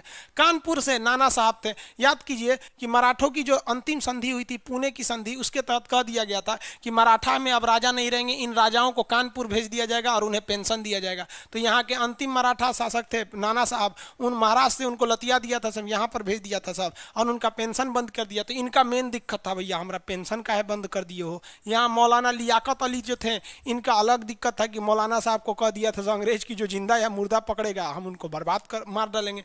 यहाँ पे देखेंगे बहादुर शाह, तो बहादुर शाह जफर जो था, इनसे मुगल गद्दी छीन लिया गया था, तो इनका अपना मतलब था, इसलिए इन लोगों ने लड़ाई लड़ लिया। राजस्थान के राजपूत शासक और मध्य प्रदेश के ये ज्योतिरादित्य राय सिंधिया है ना, जो अभी पहले कांग्रेस में थे, अभी बीजेपी में चले गए हैं, कहते हैं ये ज्योतिरादित्य राय सिंधिया के परिवार के लोगों ने अंग्रेजों को भरपूर सोना दिया, हथियार दिया कि मारिए इन लोग को। समझ में आ गया कि नहीं आ गया? आज देशभक्त बन के बैठे ना, वाह रे भैया वाह, हद हो गया यहाँ पे। तो ये किसी ने देश के लिए लड़ाई नहीं लड़ा, इसलिए गलत हो गया। इसमें क्वेश्चन पूछता है कि पढ़े लिखे लोग किसके साइड से थे, अंग्रेजों के साइड से या विद्रोहियों के साइड? तो पढ़े लिखे लोग किसी भी साइड के नहीं थे, वो लोग तटस्थ थे। तटस्थ मतलब होता है न्यूट्रल थे, क्योंकि उनको पता था, जो पढ़े लिखे थे, कि ये सब अपने मतलब के लिए लड़ाई लड़ रहे हैं। समझ में आ गया नहीं आ गया? आगे देखिए, इसमें कौन सा होगा? सिपाही विद्रोह। लेकिन कुछ भी हो, इस सिपाही विद्रोह में अंग्रेजों को भारतीयों ने इतना कूचा था कि अंग्रेजों को भी समझ में आ गया था भाई भारतीयों को कूचना ठीक बहुत बहुत भयानक पीटता है। किस घटना ने इंग्लैंड के सम्राट को भारत का प्रशासन अपने अधीन लेने के लिए मजबूर कर दिया? तो यही सिपाही विद्रोह 1857 का। 1857 का जो क्रांति हुआ था, उसी के बाद इन्होंने अपने हाथ में ले लिया था। क्योंकि देखिए, अगर आप रियलिटी समझेंगे तो क्या हो रहा था रियलिटी में, रियलिटी ये थी कि यहाँ पर आई हुई थी इंडिया में एक ब्रिटिश ईस्ट इंडिया कंपनी, ये यहाँ पर बिजनेस करती थी, और राजा से इसका कॉन्टेक्ट था कि हम जितना बिजनेस करेंगे उसमें से आपको 50% दे देंगे और 50% हम रख लेंगे। तो राजा ने कहा एक नंबर, आप बिजनेस कीजिए, हमको तो कुछ नहीं जा रहा है। तो बदले में राजा ने कहा था कि हम आपको सुरक्षा देंगे। तो यहाँ सैनिक जो थे वो ईस्ट इंडिया कंपनी के नहीं थे, सैनिक जो थे वो राजा के थे, और नियम कानून कंपनी बनाती थी। ऐसा ना नियम कानून कंपनी बनाई कि इतना ना 1857 में जहाँ जहाँ अंग्रेजों को मिला गया वहाँ वहाँ कूच दिया दिया गया, महिलाओं तक मार दी सब वहाँ पे। अंग्रेज सब छुपियो नहीं न पाता था, सब छीलल मुर्गा की तरह होता है सब अंग्रेज सब, तो देख देख मार दिया सब। राजा ने कहा कि रे चोट्टा कही का तू लोग काम जितना फायदा नहीं हुआ उतना हमारे सैनिक मारा गया, हम शासन अपने हाथ में ले लेंगे। समझ में आ गया कि नहीं आ गया? तो राजा ने 1857 की क्रांति के बाद अपना ले लिया था। बक्सर की लड़ाई आपको बताए थे। पलासी की लड़ाई के द्वारा अंग्रेजों को कौन सा जगह मिल गया? बंगाल। और बक्सर की लड़ाई के फलस्वरूप उन्हें क्या मिल गया? पूरा हिंदुस्तान। सिपाही विद्रोह के तहत हो गया, उन लोग को गलती हो गया। और हिंसक युद्ध, कौन सा युद्ध हिंसक नहीं होता है? सारे युद्ध में तो मारपीट होता ही है। 57 नंबर क्वेश्चन, भारत में राजस्व एकत्र करने वाले अस्थाई बंदोबस्त, लॉर्ड कॉर्नवालिस। देखिए अस्थाई बंदोबस्त जो था ये किस पर लागू होता था? तो जमींदार पर, जमींदार पर अस्थाई बंदोबस्त। ये क्या था? लॉर्ड कॉर्नवालिस ने कहा कि देखो, उसने कहा कि इस गांव पर जो टैक्स लेने की जिम्मेदारी है वो मेरी नहीं, यहाँ से टैक्स वसूलेगा कौन? तो जमींदार वसूलेगा। और हम बात करेंगे किससे? जमींदार से। जमींदार जितना टैक्स देगा उसका 89% कंपनी का हो जाएगा, 11% जमींदार रख लेगा। यानी फिक्स कर दिया गया कि इस गांव से हमको 100 कुंटल अनाज चाहिए, सपोज 100 कुंटल अनाज चाहिए, तो उसका 89 कुंटल अंग्रेज रख लेंगे, 11 कुंटल वो क्या कर लेगा? जमींदार रखेगा। और अब इसके लिए अगर जमींदार 89% नहीं दे पाया तो उसकी जमींदारी खत्म हो जाएगी। इसलिए जमींदार किसानों पे बहुत ही अत्याचार करता था। अपने ही लोग अत्याचार किए हैं इस देश पे, अपने ही तकलीफ पहुंचाते हैं इस दिल को, वरना गैरों को पता क्या ये दिल दुखता किससे? अंग्रेजों को भारत की सभ्यता से नहीं पता था। जमींदार किसी की बेटी उठा ले जाते थे, कहते थे सर कि टैक्स दे तब बेटियां लौटाएंगे, और अंग्रेजों को पता ही नहीं था कि यहाँ किसी की बेटी उठा ले जाओ तो अपना सब कुछ देने को तैयार हो जाता है, क्योंकि यहाँ बेटी और बहन को इज्जत की नज़र से देखा जाता है। अंग्रेजों को पता नहीं था, जमींदार यहीं के थे सर, बर्बाद कर दिया सर उन्होंने, यहाँ पर रद्द कर दिया उन लोगों ने, खत्म कहानी कर दिया। तो ये सबसे खराब कानून था अस्थाई बंदोबस्त, लॉर्ड कॉर्नवालिस ने लाया था। और यही लॉर्ड कॉर्नवालिस हिंदुओं के लिए अलग कानून बना दिया और मुसलमानों के लिए अलग कानून बना दिया, जिसको आज भी हमारे संविधान में पॉलिटी में पढ़ा है, अनुच्छेद 44, जिसमें समान सिविल संहिता कहता है हिंदू मुस्लिम के लिए बराबर कानून। इसी अंग्रेजों की बीज बो के गई हुई है। आज भी हिंदू मुस्लिम क्यों लड़ता है? अंग्रेजों ने मुसलमानों को इस तरह किया ना, ऐसी शिक्षा दी है मुसलमानों की कि आप सवाल ही नहीं पूछ सकते हैं। मतलब मौलाना साहब जो सिखा दिए वही सही है, और अंग्रेजों को हिंदू लोग को शिक्षा में आगे कर दिया। अब जब कभी भी एक बहुत शिक्षित समाज, एक बहुत अशिक्षित समाज, दोनों साथ में रहेगा तो कुछ ना कुछ विवाद हो जाएगा। अब किसी को समझाइए यहाँ पे तो बवाले कर देगा, आपको कहेगा तुम ही काफिर है, फतवा निकाल दे, खान सर को मुसलमान से निकाल दे, गोली मार दो, हद है भैया यहाँ पर। ऐसा ऐसा कानूने बना के चल दिया लॉर्ड कॉर्नवालिस। कर्जन जो था, बंगाल विभाजन किसके समय हुआ था? कर्जन के समय। लॉर्ड डलहौजी आधा राज्यों को हड़प लिया, लॉर्ड डलहौजी ने हड़प नीति लगाया था। निम्नलिखित में से किसने मद्रास में रैयतवाड़ी, ये टॉमस मोनरो ले लाया था रैयतवाड़ी। रैयतवाड़ी में झमेला ये होता था कि अंग्रेज हर किसान से टैक्स मांगते थे, सर तुम्हारा कितना हुआ, तुम्हारा कितना हुआ, तुम्हारा कितना हुआ। अंग्रेजों को बहुत झमेला होता था कि सजुरा दुका बोल रहा है सर, ये हिंदी बोलता था, अंग्रेज वह इंग्लिश बोलता था, समझे में नहीं आता था। इसीलिए कॉर्नवालिसवा क्या कर रहा था? कॉर्नवालिस ये कहा कि हम किसान से नहीं लेंगे, हम जमींदार से लेंगे, जमींदार किसान से। समझे? ये चोट्टा बहुत होशियार बनता है कॉर्नवालिस। कॉर्नवालिस जो था ये अमेरिका में भी ड्यूटी किया है। कॉर्नवालिस कहाँ ड्यूटी किया था? अमेरिका में ड्यूटी किया था। देखिए यहाँ ध्यान से, अंग्रेजों का अधिकार जो था अमेरिका में था, तो अंग्रेजों ने लॉर्ड कॉर्नवालिस को अमेरिका में भेजा था। तो अमेरिका वाले ना लॉर्ड कॉर्नवालिस को पकड़ के 2 दिन तक पेड़ में बांध के बड़ी मार मारे थे सर। बेहोश हो गया था लॉर्ड कॉर्नवालिस, उसको खटिया पे टांग के इंग्लैंड लाया गया था। तो इसको कोमा में था, खुला उसका आंख, तो कहा हम अमेरिका में हैं, तो कहा ना ना इंग्लैंड में हो। तब कहा हाँ तब ठीक है। इसको हल्दी चूना भांग पिलाया गया, हल्दी दूध घोल घोल के इसकी मम्मी पिलाई थी, तब जाके ठीक ठाक हुआ। तब इसको कहा गया एक काम कर, तुम यहाँ मत जाओ, क्योंकि यहाँ लोग पढ़े लिखे हैं लोग, इसको भेज देते हैं हिंदुस्तान में, यहाँ कुछ नहीं करना है तुमको, बस हिंदू को कुछ अच्छा बात बोल दो ना, अरे हिंदू के लिए, अब मुसलमान को कुछ अच्छा बात बोल देना, ये दोनों आपस में लड़ लेगा सर, तुम यहाँ नहीं पिटाओगे। तो कहा ठीक है, एकदम कंफर्म। कहा कंफर्म। इसलिए आते हिंदू मुसलमान के लिए अलग कानून बना दिया।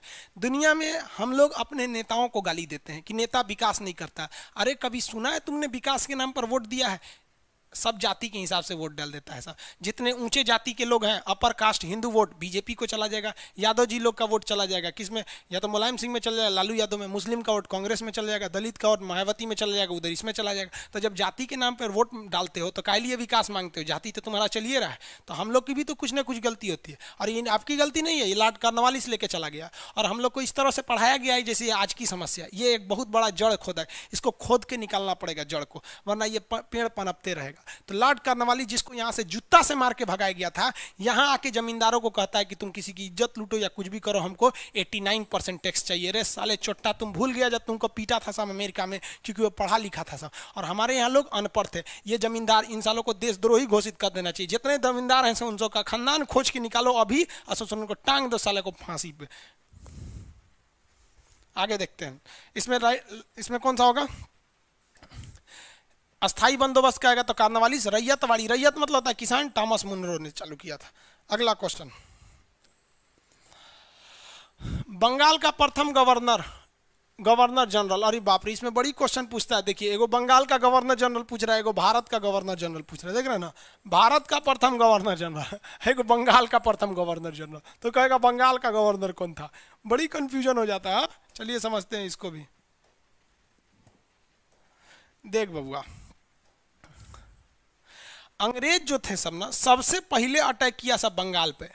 सबसे पहला अटैक किया सब किस पे, बंगाल पर। तो बंगाल पर अटैक किया वाला कौन था, क्लाइव था। तो बंगाल का पहला गवर्नर कौन था, रॉबर्ट क्लाइव। बाद में बंगाल के बगल में मद्रास को जीत लिया गया और इधर बंबई को जीत लिया गया, और कहा गया कि देखो बंबई और मद्रास दोनों किसके अधीन में रहेगा, बंगाल के अधीन रहेगा। तो भैया यहाँ भी गवर्नर बैठता था, यहाँ भी गवर्नर, यहाँ भी गवर्नर। तो ये दो गवर्नर को कहोगे तुम एगो के अंडर में रहो तो नहीं ना रहेगा, इसका पावर बढ़ाना पड़ेगा। तब कहा गया कि अब बंगाल का गवर्नर नहीं कहलाएगा, बंगाल का गवर्नर जनरल कहलाएगा। तो वारेन हेस्टिंग्स, देखिए ध्यान से, बंगाल का पहला गवर्नर कहेगा तो रॉबर्ट क्लाइव। लेकिन धीरे धीरे अंग्रेज अन्य जगहों पे भी कब्जा करते चले गए। यहाँ से रॉबर्ट क्लाइव चले गए, उसके बाद कई और राजा गवर्नर आए, सब धीरे धीरे बंगाल का एरिया बढ़ गया। तो बंगाल के गवर्नर को कहा गया कि भैया अब आप गवर्नर नहीं रहेंगे, अब आप गवर्नर जनरल रहेंगे और आप इन दोनों को भी संभालेंगे। तो ये जो सुधार हुआ था वारेन हेस्टिंग के समय हुआ था। तो वारेन हेस्टिंग्स बंगाल का अंतिम गवर्नर था और बंगाल का पहला गवर्नर जनरल था। अकेले संभाल रहा है तो गवर्नर, इन सब को भी संभाल रहा है तो गवर्नर जनरल हो गया। तो जो पहले बंगाल का गवर्नर था रॉबर्ट क्लाइव और अंतिम गवर्नर था वारेन हेस्टिंग्स, इसी को बंगाल का पहला गवर्नर जनरल बना लिया गया। समझ में गया। अब धीरे धीरे अन्य भी शासक आते गए, अंग्रेजों ने पूरा हिंदुस्तान को कब्जा कर लिया। तो आप बताइए ना कितना खराब लगेगा कि बंगाल का गवर्नर जनरल पूरे हिंदुस्तान को संभाल रहा है। तो पूरे हिंदुस्तान का गवर्नर जनरल होना चाहिए, तो विलियम बेंटिक को बना दिया गया, विलियम बेंटिक को। समझा गया। तो हिंदुस्तान का पहला governor general William Bentinck, Bengal का पहला गवर्नर जनरल वारेन हेस्टिंग्स, अब बंगाल का पहला गवर्नर रॉबर्ट क्लाइव। तो पहले बंगाल लिया, फिर अगल बगल का एरिया लिया। तो पहले बंगाल का गवर्नर, फिर बंगाल का गवर्नर जनरल, फिर पूरे भारत का गवर्नर जनरल हो गया। समझ में आ गया कि नहीं आ गया। तो विलियम बेंटिक होगा इसमें। देखिए इसमें बंगाल का पहला गवर्नर जनरल कह रहा है, गवर्नर नहीं कह रहा है। गवर्नर कहता तो केवल रॉबर्ट क्लाइव होता है, गवर्नर जनरल कह रहा है। कौन सा होगा, वारेन हेस्टिंग्स। यहाँ देखिए भारत का पहला गवर्नर जनरल विलियम बेंटिक, इसी ने सती प्रथा का अंत किसने किया था, राजा राम मोहन राय के सहयोग से विलियम बेंटिक ने सती प्रथा का अंत किया था। राज्यों को हड़पने की नीति किसने लगाई थी, लॉर्ड डलहौजी। हिंदू मुस्लिम के लिए अलग कानून लॉर्ड कॉर्नवालिस, अस्थाई बंदोबस्त लॉर्ड कॉर्नवालिस, सिविल सेवा को लॉर्ड कॉर्नवालिस। आगे देखते हैं 61 नंबर क्वेश्चन। देखिए 61 नंबर क्वेश्चन कर रहा है डॉक्ट्रिन ऑफ लैप्स, राज्यों को हड़पने की नीति किसने अपनाई थी, Lord Dalhousie, Lord Dalhousie. Wellesley ने क्या अपनाया था, सहायक संधि। वेलेजली ने सहायक संधि। आप कहेंगे कि सर सहायक संधि क्या होता है, तो सहायक संधि क्या थी, वेलेजली की सहायक संधि। ये भारत के राजाओं को कहता था कि हम आपकी सहायता करेंगे, हमारी 20,000 फौज आप ले जाइए और ये 20,000 फौज को रखिए, और ये क्या करता था, पहले ही फौज घुसा दिया है सहायता के नाम पर, और फिर उसी फौज से विद्रोह करा देता था, तो राजा अपने से मारा जाता था। जैसे अगर हमसे कोई कहा कि खान साहब हम आपको 10 गो बॉडीगार्ड देते हैं, आपको कुछ नहीं होगा, हम आपकी सहायता करते हैं, तो हम 10 गो बॉडीगार्ड लेके घूमने लगे, पता चला हुए बॉडीगार्ड हमारा मार दिया सब। तो यही था सहायक संधि, हिंदुस्तान वाला लोल, अंग्रेजों से सैनिक लेता था, सब मार देता था सब, वही तो ये वलेजिली हो गया। लॉर्ड कर्जन बंगाल का विभाजन किया था। लॉर्ड लिटन ये इंडियन प्रेस को गला दबा दिया था, भारतीय प्रेस का गला दबाने वाला कानून बोलते हैं। आगे बढ़े, इसमें कौन सा होना चाहिए,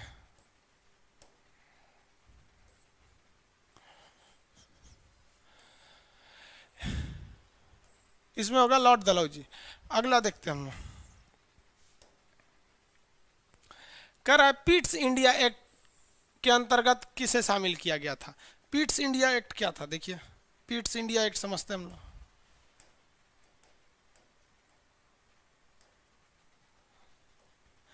अंग्रेजों ने एक नियम बनाया था 1773 में, इस 1773 के नियम को कहा गया रेगुलेटिंग एक्ट।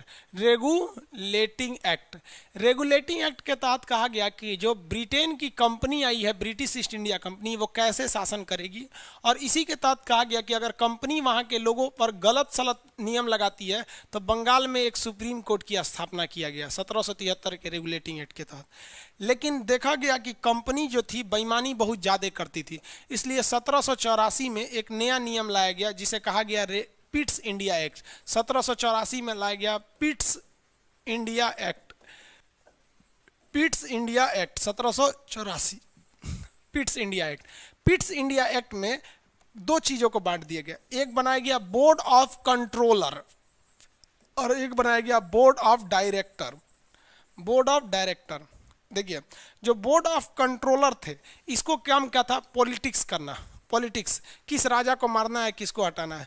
और जो बोर्ड ऑफ डायरेक्टर था इनका काम था व्यापार या बिजनेस करना। तो दो भागों में बांट दिया गया, बोर्ड ऑफ डायरेक्टर और बोर्ड ऑफ कंट्रोलर में। तो यही कह रहा है कि पिट्स इंडिया एक्ट में क्या हुआ था, तो बोर्ड नियंत्रक बोर्ड, बोर्ड ऑफ कंट्रोलर की स्थापना की गई थी, बोर्ड ऑफ कंट्रोलर। और क्या था, बोर्ड ऑफ कंट्रोलर एक निदेशक था, यानी डायरेक्टर, निदेशक, तो एक नियंत्रण करने के लिए काम था, जो राजनीतिक काम था। निदेशक अदालत नहीं ना था जी, बोर्ड की स्थापना किया था, ये अदालत बोल रहा है। तो इसमें ऑप्शन नंबर होगा बी, ऑप्शन नंबर होगा बी। अगला क्वेश्चन कर रहा है, कलकत्ता में उच्चतम न्यायालय की स्थापना किसके द्वारा की गई थी। 1773 के रेगुलेटिंग एक्ट द्वारा। अभी बताएं, 1773 के रेगुलेटिंग एक्ट के द्वारा, 1773 के रेगुलेटिंग एक्ट के द्वारा किया गया था। हो गया 1773 का रेगुलेटिंग एक्ट।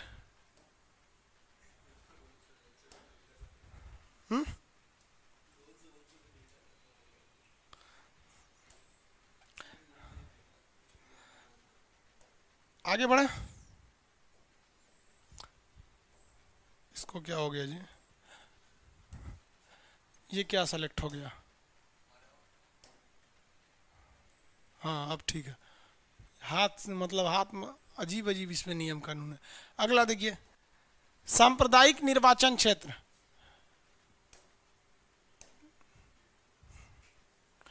सांप्रदायिक निर्वाचन क्षेत्र पद्धति की शुरुआत किसने किया था, मतलब हिंदू मुस्लिम के हिसाब से कानून कब से लग गया था निर्वाचन, 19 मार्ले मिंटो सुधार, इसी ने हमारे देश के विभाजन की नींव रख दिया था। विभाजन का क्या रख दिया था, नींव रख दिया था। यहाँ पर कैसे कहेंगे कि विभाजन का नींव, तो आपको लगता है गांधी जिम्मेदार है विभाजन के लिए, जिम्मेदार है मिंटो जिम्मेदार है, और वो भी कब, 1909 में ही जिम्मेदार है। कैसे जिम्मेदार है विभाजन के लिए मिंटो, तो देखिए लॉर्ड मिंटो जो था ये 1909 में एक नियम बनाया, इसे कहा गया सांप्रदायिक निर्वाचन। इसने कहा कि देखो मुसलमानों को समझाना इजी है, कुछ कह दो बस, एकदम कुछ कह के अल्लाह अकबर बोल दो तो सब मुसलमान खुश हो जाएंगे, सब कुछ नहीं करना, बस अल्लाह अकबर, सब मुसलमान खुश। तो इसने भी मुसलमानों को खुश किया। कैसे, देखिए उसने कहा कि जिधर मुसलमान ज़्यादा है ना वहाँ का मुखिया, विधायक, सांसद सब मुसलमान ही उठ सकता है, हिंदू उठ ही नहीं सकता है। 4-5 को मुसलमान उठे, उसमें जो जीत गया वो जीत गया।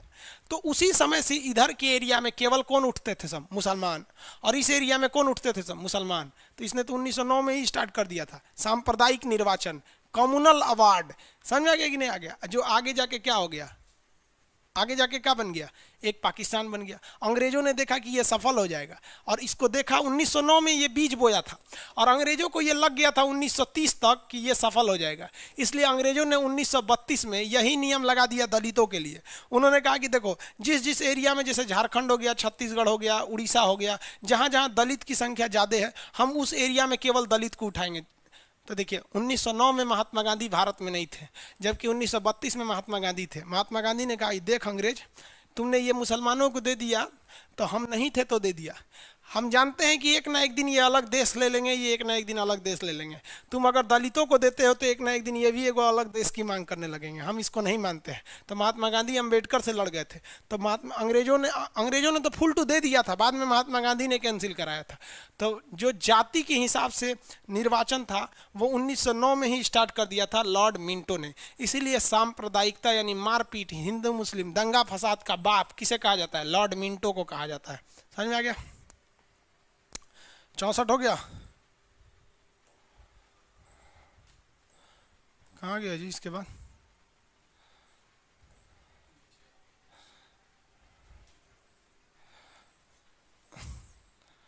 पैंसठ नंबर, आइए। कह रहा है भारत में प्रांतीय स्वायत्तता की शुरुआत कब से हुई थी? तो प्रांतीय स्वायत्तता की शुरुआत हुई थी 1935 में। प्रांतीय स्वायत्तता की शुरुआत 1935 में और 1929 में द्वैध शासन की शुरुआत हुई थी। द्वैध शासन, डुअल गवर्नमेंट। और इसमें क्या हुआ था, स्वतंत्रता। अब आपको समझे में नहीं आएगा, समझिए कैसे हुआ था।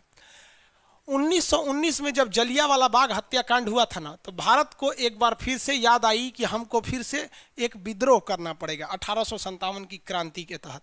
इसलिए भारतीयों ने कहा कि हम मानेंगे नहीं। तो अंग्रेजों को इस बात की खबर लगी कि एक आंदोलन होने वाला है, तो अंग्रेजों ने एक नियम बना दिया। कहा गया कि हर एक प्रांत में, किसमें, प्रांत में द्वैध शासन रहेगा। द्वैध शासन मतलब कहने का सेंस है कि इस हिंदुस्तान के ऊपर अंग्रेजों का शासन रहेगा, लेकिन इसके अंदर जो स्टेट हैं, ये स्टेट, हर एक स्टेट के अंदर द्वैध शासन, डुअल गवर्नमेंट पॉलिसी रहेगी। मतलब स्टेट का जो रक्षा विभाग है वो अंग्रेज संभालेगा, पैसा वाला वित्त विभाग है अंग्रेज संभालेगा, शिक्षा विभाग अंग्रेज संभालेगा, बाकी की चीज़ें भारतीय संभालेंगे। जैसे खेती भारतीय संभालेंगे, शौचालय मंत्रालय भारतीय संभालेंगे। यानी प्रांतों में दो तरह का शासन, आधा अंग्रेज आधा भारतीय, कब किया गया, 1919 में। लेकिन धीरे धीरे जैसे जैसे आगे दिन आया, 1935 में भारतीयों ने कहा कि ना, हमको ये प्रांत में द्वैध शासन चाहिए ही नहीं। तो कहा गया ठीक है भैया, तुम पूरी तरह से प्रांतों को तुम अपने अंडर में ले लो। तो 1935 में क्या हुआ कि राज्य पूरी तरह से स्वतंत्र हो गए। राज्यों में अंग्रेज दखल नहीं देते थे, लेकिन इंटरनेशनल मैटर पे अंग्रेज अभी भी शक्तिशाली थे। ऑप्शन नंबर 19 में, सॉरी, स्वायत्तता की बात कर रहा है ना। फ्री कब किया गया था, 35 में। अद्वैत शासन लाया गया था 19 में। अब मुसलमानों को अलग क्षेत्र दिया गया था 1909 में। 47 में तो आज़ादी हो गया। रॉलेट एक्ट किसके काल में आया था? रॉलेट एक्ट जो था वो चेम्सफोर्ड के काल में आया था, सर सिडनी रॉलेट ने लाया था। रॉलेट एक्ट आज भी हमारे संविधान के अनुच्छेद 22 के 4 में है, जिसे हम लोग प्रिवेंटिव डिटेंशन यानी निवारक निरोध अधिनियम कहते हैं। इस कानून के तहत पुलिस आपको जब चाहे जहां से चाहे गिरफ्तार कर सकती है। आपको कोर्ट में भी जाने नहीं देगी, वकील भी जाने नहीं देगी, भले आप गलती किए हैं या नहीं किए हैं, गिरफ्तार कर सकती है। तो इसका बहुत भयानक विरोध हुआ था। किसका? रॉलेट एक्ट का बहुत भयानक विरोध हुआ था कि भाई तुम बिना गलतियों को गिरफ्तार कर लोगे, कोर्ट में भी नहीं जाने दोगे, वकील को भी नहीं रखने दोगे, बिना अपील, बिना दलील, बिना वकील, ये कौन सा कानून है? तो इसी के विरोध में लोग जलियांवाला बाग में इकट्ठा हुए थे, जिस पर अंग्रेजों ने गोली चला दिया था। आज भी ये कानून है 22/4 में। आपको याद होगा उत्तर प्रदेश के एक डॉक्टर का नाम है डॉक्टर कफील। तो डॉक्टर कफील को उत्तर प्रदेश सरकार ने यही 19/4 के तहत, अर्थात रॉलेट एक्ट जिसको हम लोग आज के समय प्रिवेंटिव डिटेंशन कहते हैं, इसके तहत 8 महीने तक जेल रखा। न वकील रखने दिया, न कोर्ट कोर्ट में रखने दिया, लेकिन 6 महीने बाद आप कोर्ट में जा सकते हैं अभी के नियम के हिसाब से। तो जब डॉक्टर कफील कोर्ट में गए तो इलाहाबाद हाई कोर्ट ने कहा कि डॉक्टर कफील की कोई गलती नहीं है। समझ में आ गया? ये कोर्ट का कहना है, आप जाइएगा कोर्ट की डायरी पढ़िएगा, वेबसाइट पर उनका ऑर्डर कोर्ट का लिखा हुआ है। वहाँ जज हमसे और आपसे ज़्यादा होशियार होते हैं, इसलिए अपना दिमाग मत लगाइए, जजों के बात सुनिए। तो ये आज भी है, इसीलिए जलियांवाला बाग हत्याकांड हुआ था। जलियांवाला बाग हत्याकांड चेम्सफोर्ड के समय हो गया था। ऑप्शन नंबर इसमें कौन सा होगा? ए। मिंटो ने तो ससुरा दंगा फसाद करा दिया। बैटिंग ने क्या किया था? सती प्रथा को खत्म किया था। यहाँ पर लॉर्ड विलियम, पूरा नाम में नहीं लिखा, आधा नाम है विलियम। भारत के लिए संविधान बनाने के लिए की संविधान सभा किस वर्ष गठित हुई थी? तो संविधान की शुरुआत भारत में किसके तहत हुई थी? कैबिनेट मिशन के तहत 1946 में। कैबिनेट मिशन जो था मार्च 1946 में आया था। कैबिनेट मिशन 1946 में आया था। इसमें 3 लोग थे जिनका शॉर्टकट होता है काल। क से क्या हो गया? क्रिप्स। क से क्रिप्स। एल से लॉरेंस और ए से एलेक्जेंडर। ये 3 लोग थे। इन्होंने कहा कि भैया आप लोग अब संविधान बना लीजिए। तो टोटल संविधान बनाने के लिए 389 लोगों का चुनाव हुआ था, जबकि 1946 में देश आज़ाद ही नहीं हुआ था, यानी चुनाव हर जगह से हो गए थे। लेकिन जब विभाजन हुआ तो बहुत से लोग पाकिस्तान चले गए। फाइनली 299 लोग बच गए थे भारत में, जिसमें 15 महिलाओं ने साइन किया है संविधान पर। तो इसमें ऑप्शन नंबर कौन सा होगा? सी, 1946 में। मिलान कीजिए, चलिए मिलान करते हैं। सरोजिनी नायडू कांग्रेस की अध्यक्ष बनी थी। कब बनी थी सरोजिनी नायडू? कानपुर अधिवेशन में। मोहम्मद अली जिन्ना मुस्लिम लीग के थे। तेज बहादुर सप्रू लिबरल पार्टी के थे। बीडी सावरकर हिंदू महासभा के थे। सजा लेंगे आप लोग, हिंदू महासभा के। अगला क्वेश्चन, तबीयत थोड़ा गड़बड़ लग रहा है जी, आंख दर्द करने लगा मेरा। किसकी विफलता के बाद स्वराज पार्टी की स्थापना किया गया था? असहयोग आंदोलन की विफलता के बाद स्वराज पार्टी की स्थापना। ऑप्शन नंबर ए, 69 का ए, 69 का ए हो गया। स्वराज पार्टी की स्थापना के बाद, समझिए कैसे। असहयोग आंदोलन के बाद महात्मा गांधी ने 1919 में, ये जब जलियांवाला बाग हत्याकांड हो गया तो इन्होंने 1920 में एक आंदोलन चलाया, असहयोग आंदोलन, नॉन कोऑपरेटिव मूवमेंट, असहयोग आंदोलन।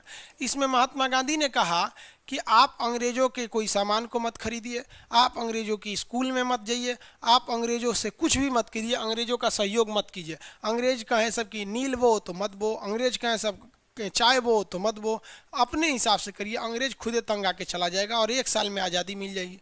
लेकिन 1 साल में आज़ादी मिलने का नाम नहीं। 1922 में हो गया चौरी चौरा हत्याकांड। महात्मा गांधी को लग गया कि भैया हमने जो आंदोलन चलाया है वो सफल नहीं हो पाएगा, तो चौरी चौरा आंदोलन का आरोप लगा के महात्मा गांधी ने इसे क्या कर दिया? स्थगित कर दिया। फिर बाद में महात्मा गांधी को 6 साल जेल हो गई, लेकिन 2 साल में ही इन्हें तबीयत खराब होने के कारण छोड़ दिया गया। इसीलिए 1 जनवरी 1923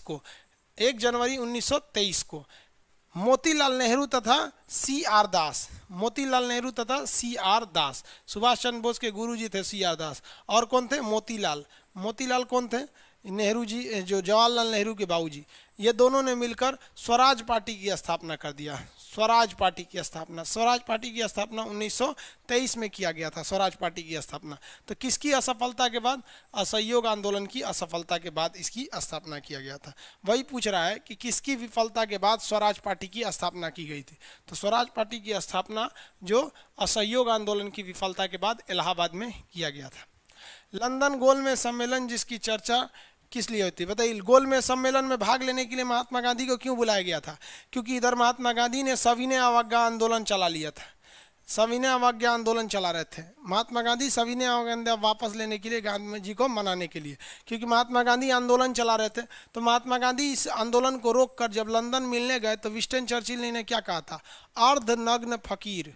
विंस्टन चर्चिल ने इन्हें अर्धनग्न फकीर कहा था। आगे बढ़े, अगला, सुभाष चंद्र बोस ने भारतीय राष्ट्रीय कांग्रेस से निकलने के बाद कौन सी पार्टी बनाई थी? सुभाष चंद्र बोस जो थे 1938 में हरिपुरी में अध्यक्ष बने थे कांग्रेस के, फिर 1939 में त्रिपुरी में बन गए, यहाँ बने हरिपुरा में, यहाँ बने त्रिपुरी में। इसके बाद महात्मा गांधी से सुभाष चंद्र बोस का मतभेद हो गया। महात्मा गांधी कहते थे कि सुभाष चंद्र बोस आप नरम दल के हो जाइए, सुभाष चंद्र कहते थे हमसे नरम दल नहीं हो पाएगा, इसलिए महात्मा गांधी से वो आज्ञा लेकर अलग हो गए 1939 में, और इन्होंने एक अलग पार्टी बना दिया जिसका नाम था फॉरवर्ड ब्लॉक। फॉरवर्ड ब्लॉक की स्थापना किया था। ऑप्शन नंबर कौन सा होगा? सी, फॉरवर्ड ब्लॉक की स्थापना कर दिया। हो गया, फॉरवर्ड ब्लॉक की स्थापना।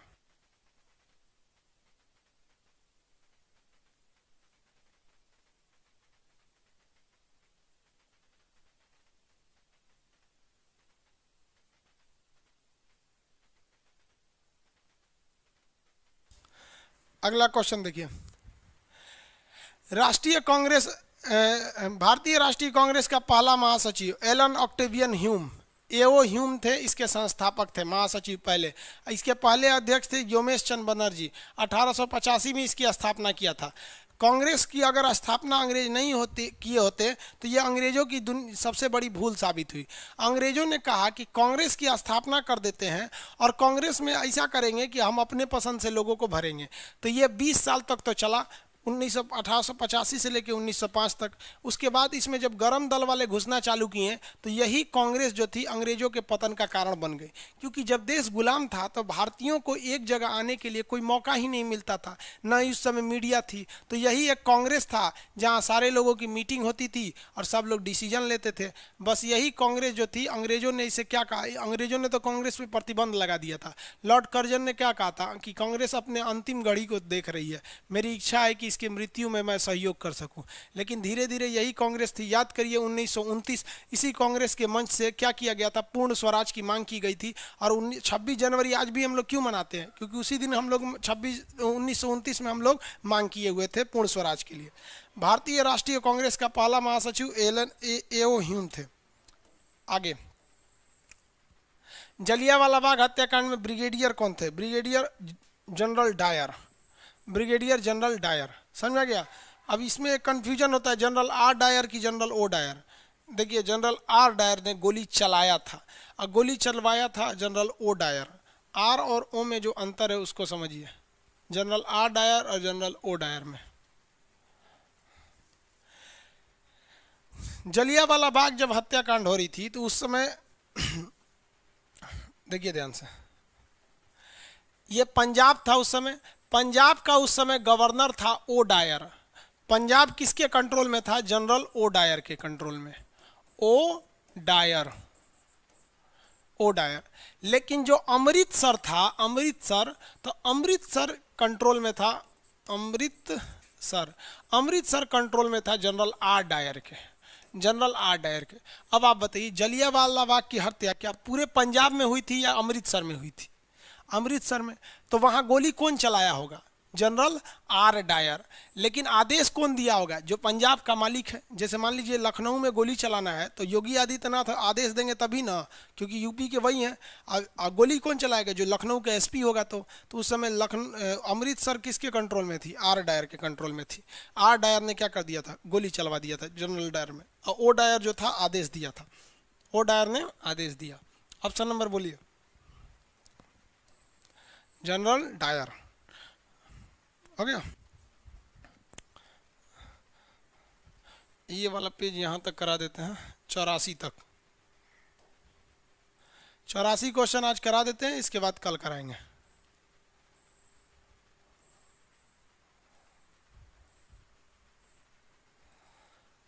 पूना समझौता किसके किसके बीच हुआ था? क्या पूछ रहे हैं? गांधी कौन है भाई? शाह बाबू, आप बाहर हो जाएंगे, आप ज्यादा कमेंट कर रहे हैं उल्टे सीधे में। तो यहाँ पे गांधी ने ऑनरेबल सुभाष चंद्र बोस को कांग्रेस से निकाला था। गांधी के बाप का कांग्रेस था क्या? बाबू आप नहीं पढ़े हैं तो हमको क्या कर रहे हैं? सुभाष चंद्र बोस ने खुद त्यागपत्र दिया था, पढ़ लीजिए। ये किसी के कि अब इस आपको सुभाष चंद्र बोस में ऑनरेबल लगा रहे हैं, ठीक है, अच्छी बात है, लेकिन ये शब्द कैसे कर रहे हैं? बाप का प्रयोग कर रहे हैं भाई। आप समझिए, हम शाह इसको थोड़ा सा इनका वो ले लीजिए, हाँ ब्लॉक कर दीजिए इनको, हटा दीजिएगा इनको, ठीक है, याद से।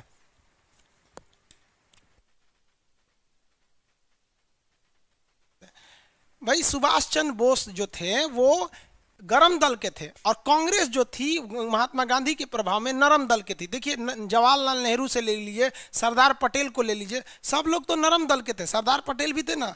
अब एक ही कमेंट को आप 20 बार कहे जा रहे हैं, आप नहीं पढ़े हैं तो फाउंडेशन में आइएगा, हम समझा देंगे आपको अच्छे से। इसको एकदम ब्लॉक कीजिए, इसको पूरा एप्लीकेशन से हटा दीजिएगा।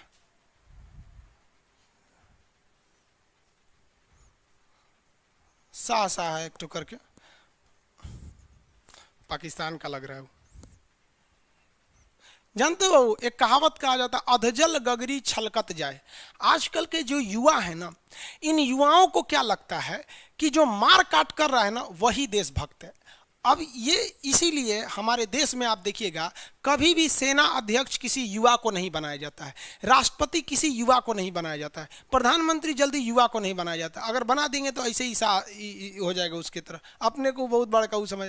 भाई सुभाष चंद्र बोस को गांधी जी ने नहीं निकाला था, वो खुद त्याग दिए थे। अगर आपको विश्वास नहीं होता है तो सुभाष चंद्र बोस के ऊपर जो मूवी बनी है सुभाष चंद्र बोस, उसको देख लीजिए, वो भी समझ में आ जाएगा। नहीं समझ में आता है तो पूरा क्या नाम है, बिपिन चंद्रा की बुक पढ़ लीजिए। और आप चाय की दुकान पे इतिहास पढ़ रहे हैं लोग, इसमें बैठ के कमेंट मार रहे हैं लोग यहाँ पर, सब सोच रहा है सब।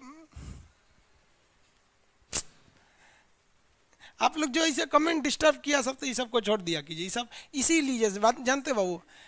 हाँ सॉरी क्या बोल रहे हैं बाबू आप लोग, हम आपको बता रहे हैं ना, साह जो हैं, आप ऑफलाइन में रहते हैं ना तो हम आपको कॉलर पकड़ के बाहर कर देते हैं। सच बता रहे हैं, आप जैसे 2-4 बच्चों की वजह से गरीबों को खामियाजा भुगतना पड़ता है। हम आपको कसम खा के बताते हैं, जीवन में हम मतलब पूरी कोशिश करेंगे कि कभी भी 11 रुपया का बैच न लाया जाए, क्योंकि 11 रुपये का बैच लाने का मतलब कुछ गरीबों की भलाई करने से ज़्यादा आप जैसे बवासीर एडमिशन ले लेते हैं यहाँ पर किसी चीज़ को। टेस्ट सीरीज का बैच है बाबू, 10 दिन में इसको कंप्लीट करना रहता है। फाउंडेशन में आइए ना, आप जो लड़के पढ़ रहे होंगे उनसे मिलिएगा, फाउंडेशन में एक एक चीज़ को पढ़ाया जाता है। ये क्लास टारगेट टाइप का है, इसमें तेजी से एकदम पढ़ाया जाता है, इसमें हर चीज़ नहीं केवल इंपॉर्टेंट चीज़ पढ़ा दी जाते हैं। हमारी पूरी कोशिश रहेगी कि आज के बाद मतलब हम कभी भी 11 अभी कभी भी अगर हम गलती से भी 11 रुपये का अलाउंस कर देना तो उस वक्त हमको टोक देना कि नहीं सर ऐसा मत कीजिए, वरना ऐसे लड़के आ जाएंगे एडमिशन लेने के लिए। आज 11 रुपये यार भिखारियों के पास भी होते हैं, तो ऐसे ही लोग चले आते हैं, पैसे की कदर नहीं रहती है यहाँ पर। और सच बताते हैं बाबू, फ्री में तो पढ़ाई कभी तुम कर ही नहीं पाओगे, वरना आपको बता रहे हैं ना, अगर आपको साइंटिस्ट भी बनना है ना तो आप विकिपीडिया और यूट्यूब के थ्रू फ्री में बन सकते हो, हर एक चीज़ दिया हुआ है, लेकिन आप नहीं बन पाते, आप ग्रुप डी नहीं निकाल पाते। क्यों? क्योंकि वहाँ फ्री में मिला हुआ है। और जो हमने 11 रुपया रख दिया, 51 रुपया रख दिया, ये भी एक फ्री की तरह। आज ही एडमिशन क्लोज कर दीजिए उसको, समझ में आ गया एकदम आज ही। और कभी भी अगर हम 11 रुपया, 21 रुपया, 51 रुपया रखें ना तो एकदम हमको स्टिकली रोक दीजिएगा। अगर हम अलाउंस भी कर दें तो उसको वहाँ से अलाउ ही नहीं कीजिएगा, एकदम स्टिकली एकदम। क्योंकि हमारे सर जी बोला करते थे, बाबू तुम अगर सोचोगे कि 10 गरीब की भलाई करें तो उसमें एक ऐसा आ जाएगा ना जो पूरे गरीब को बर्बाद करेगा। आज के क्लास को इतना ही रहने देते हैं, ठीक है, नेक्स्ट क्लास करेंगे, दिमाग खराब कर दिया। कहाँ तक हुआ है बाबू? 75 से कल चालू करेंगे, पूना समझौता 74 से चालू करेंगे, ठीक है। आगे नेक्स्ट क्लास में मिलेंगे। देखिए ये क्लास जो होता है ना थोड़ा फास्ट चलना होता है, इसमें ज़्यादा टाइम नहीं है समझाने के लिए। 500 क्वेश्चन है, अभी 75 ही हुए हैं, कैसे समझाएंगे जल्दी जल्दी? तो इसके लिए फाउंडेशन में एक एक चीज़ को समझाया जाता है, और आप फाउंडेशन की चीज़ को यहाँ पूछते हैं। समझ में आ गया? चलिए नेक्स्ट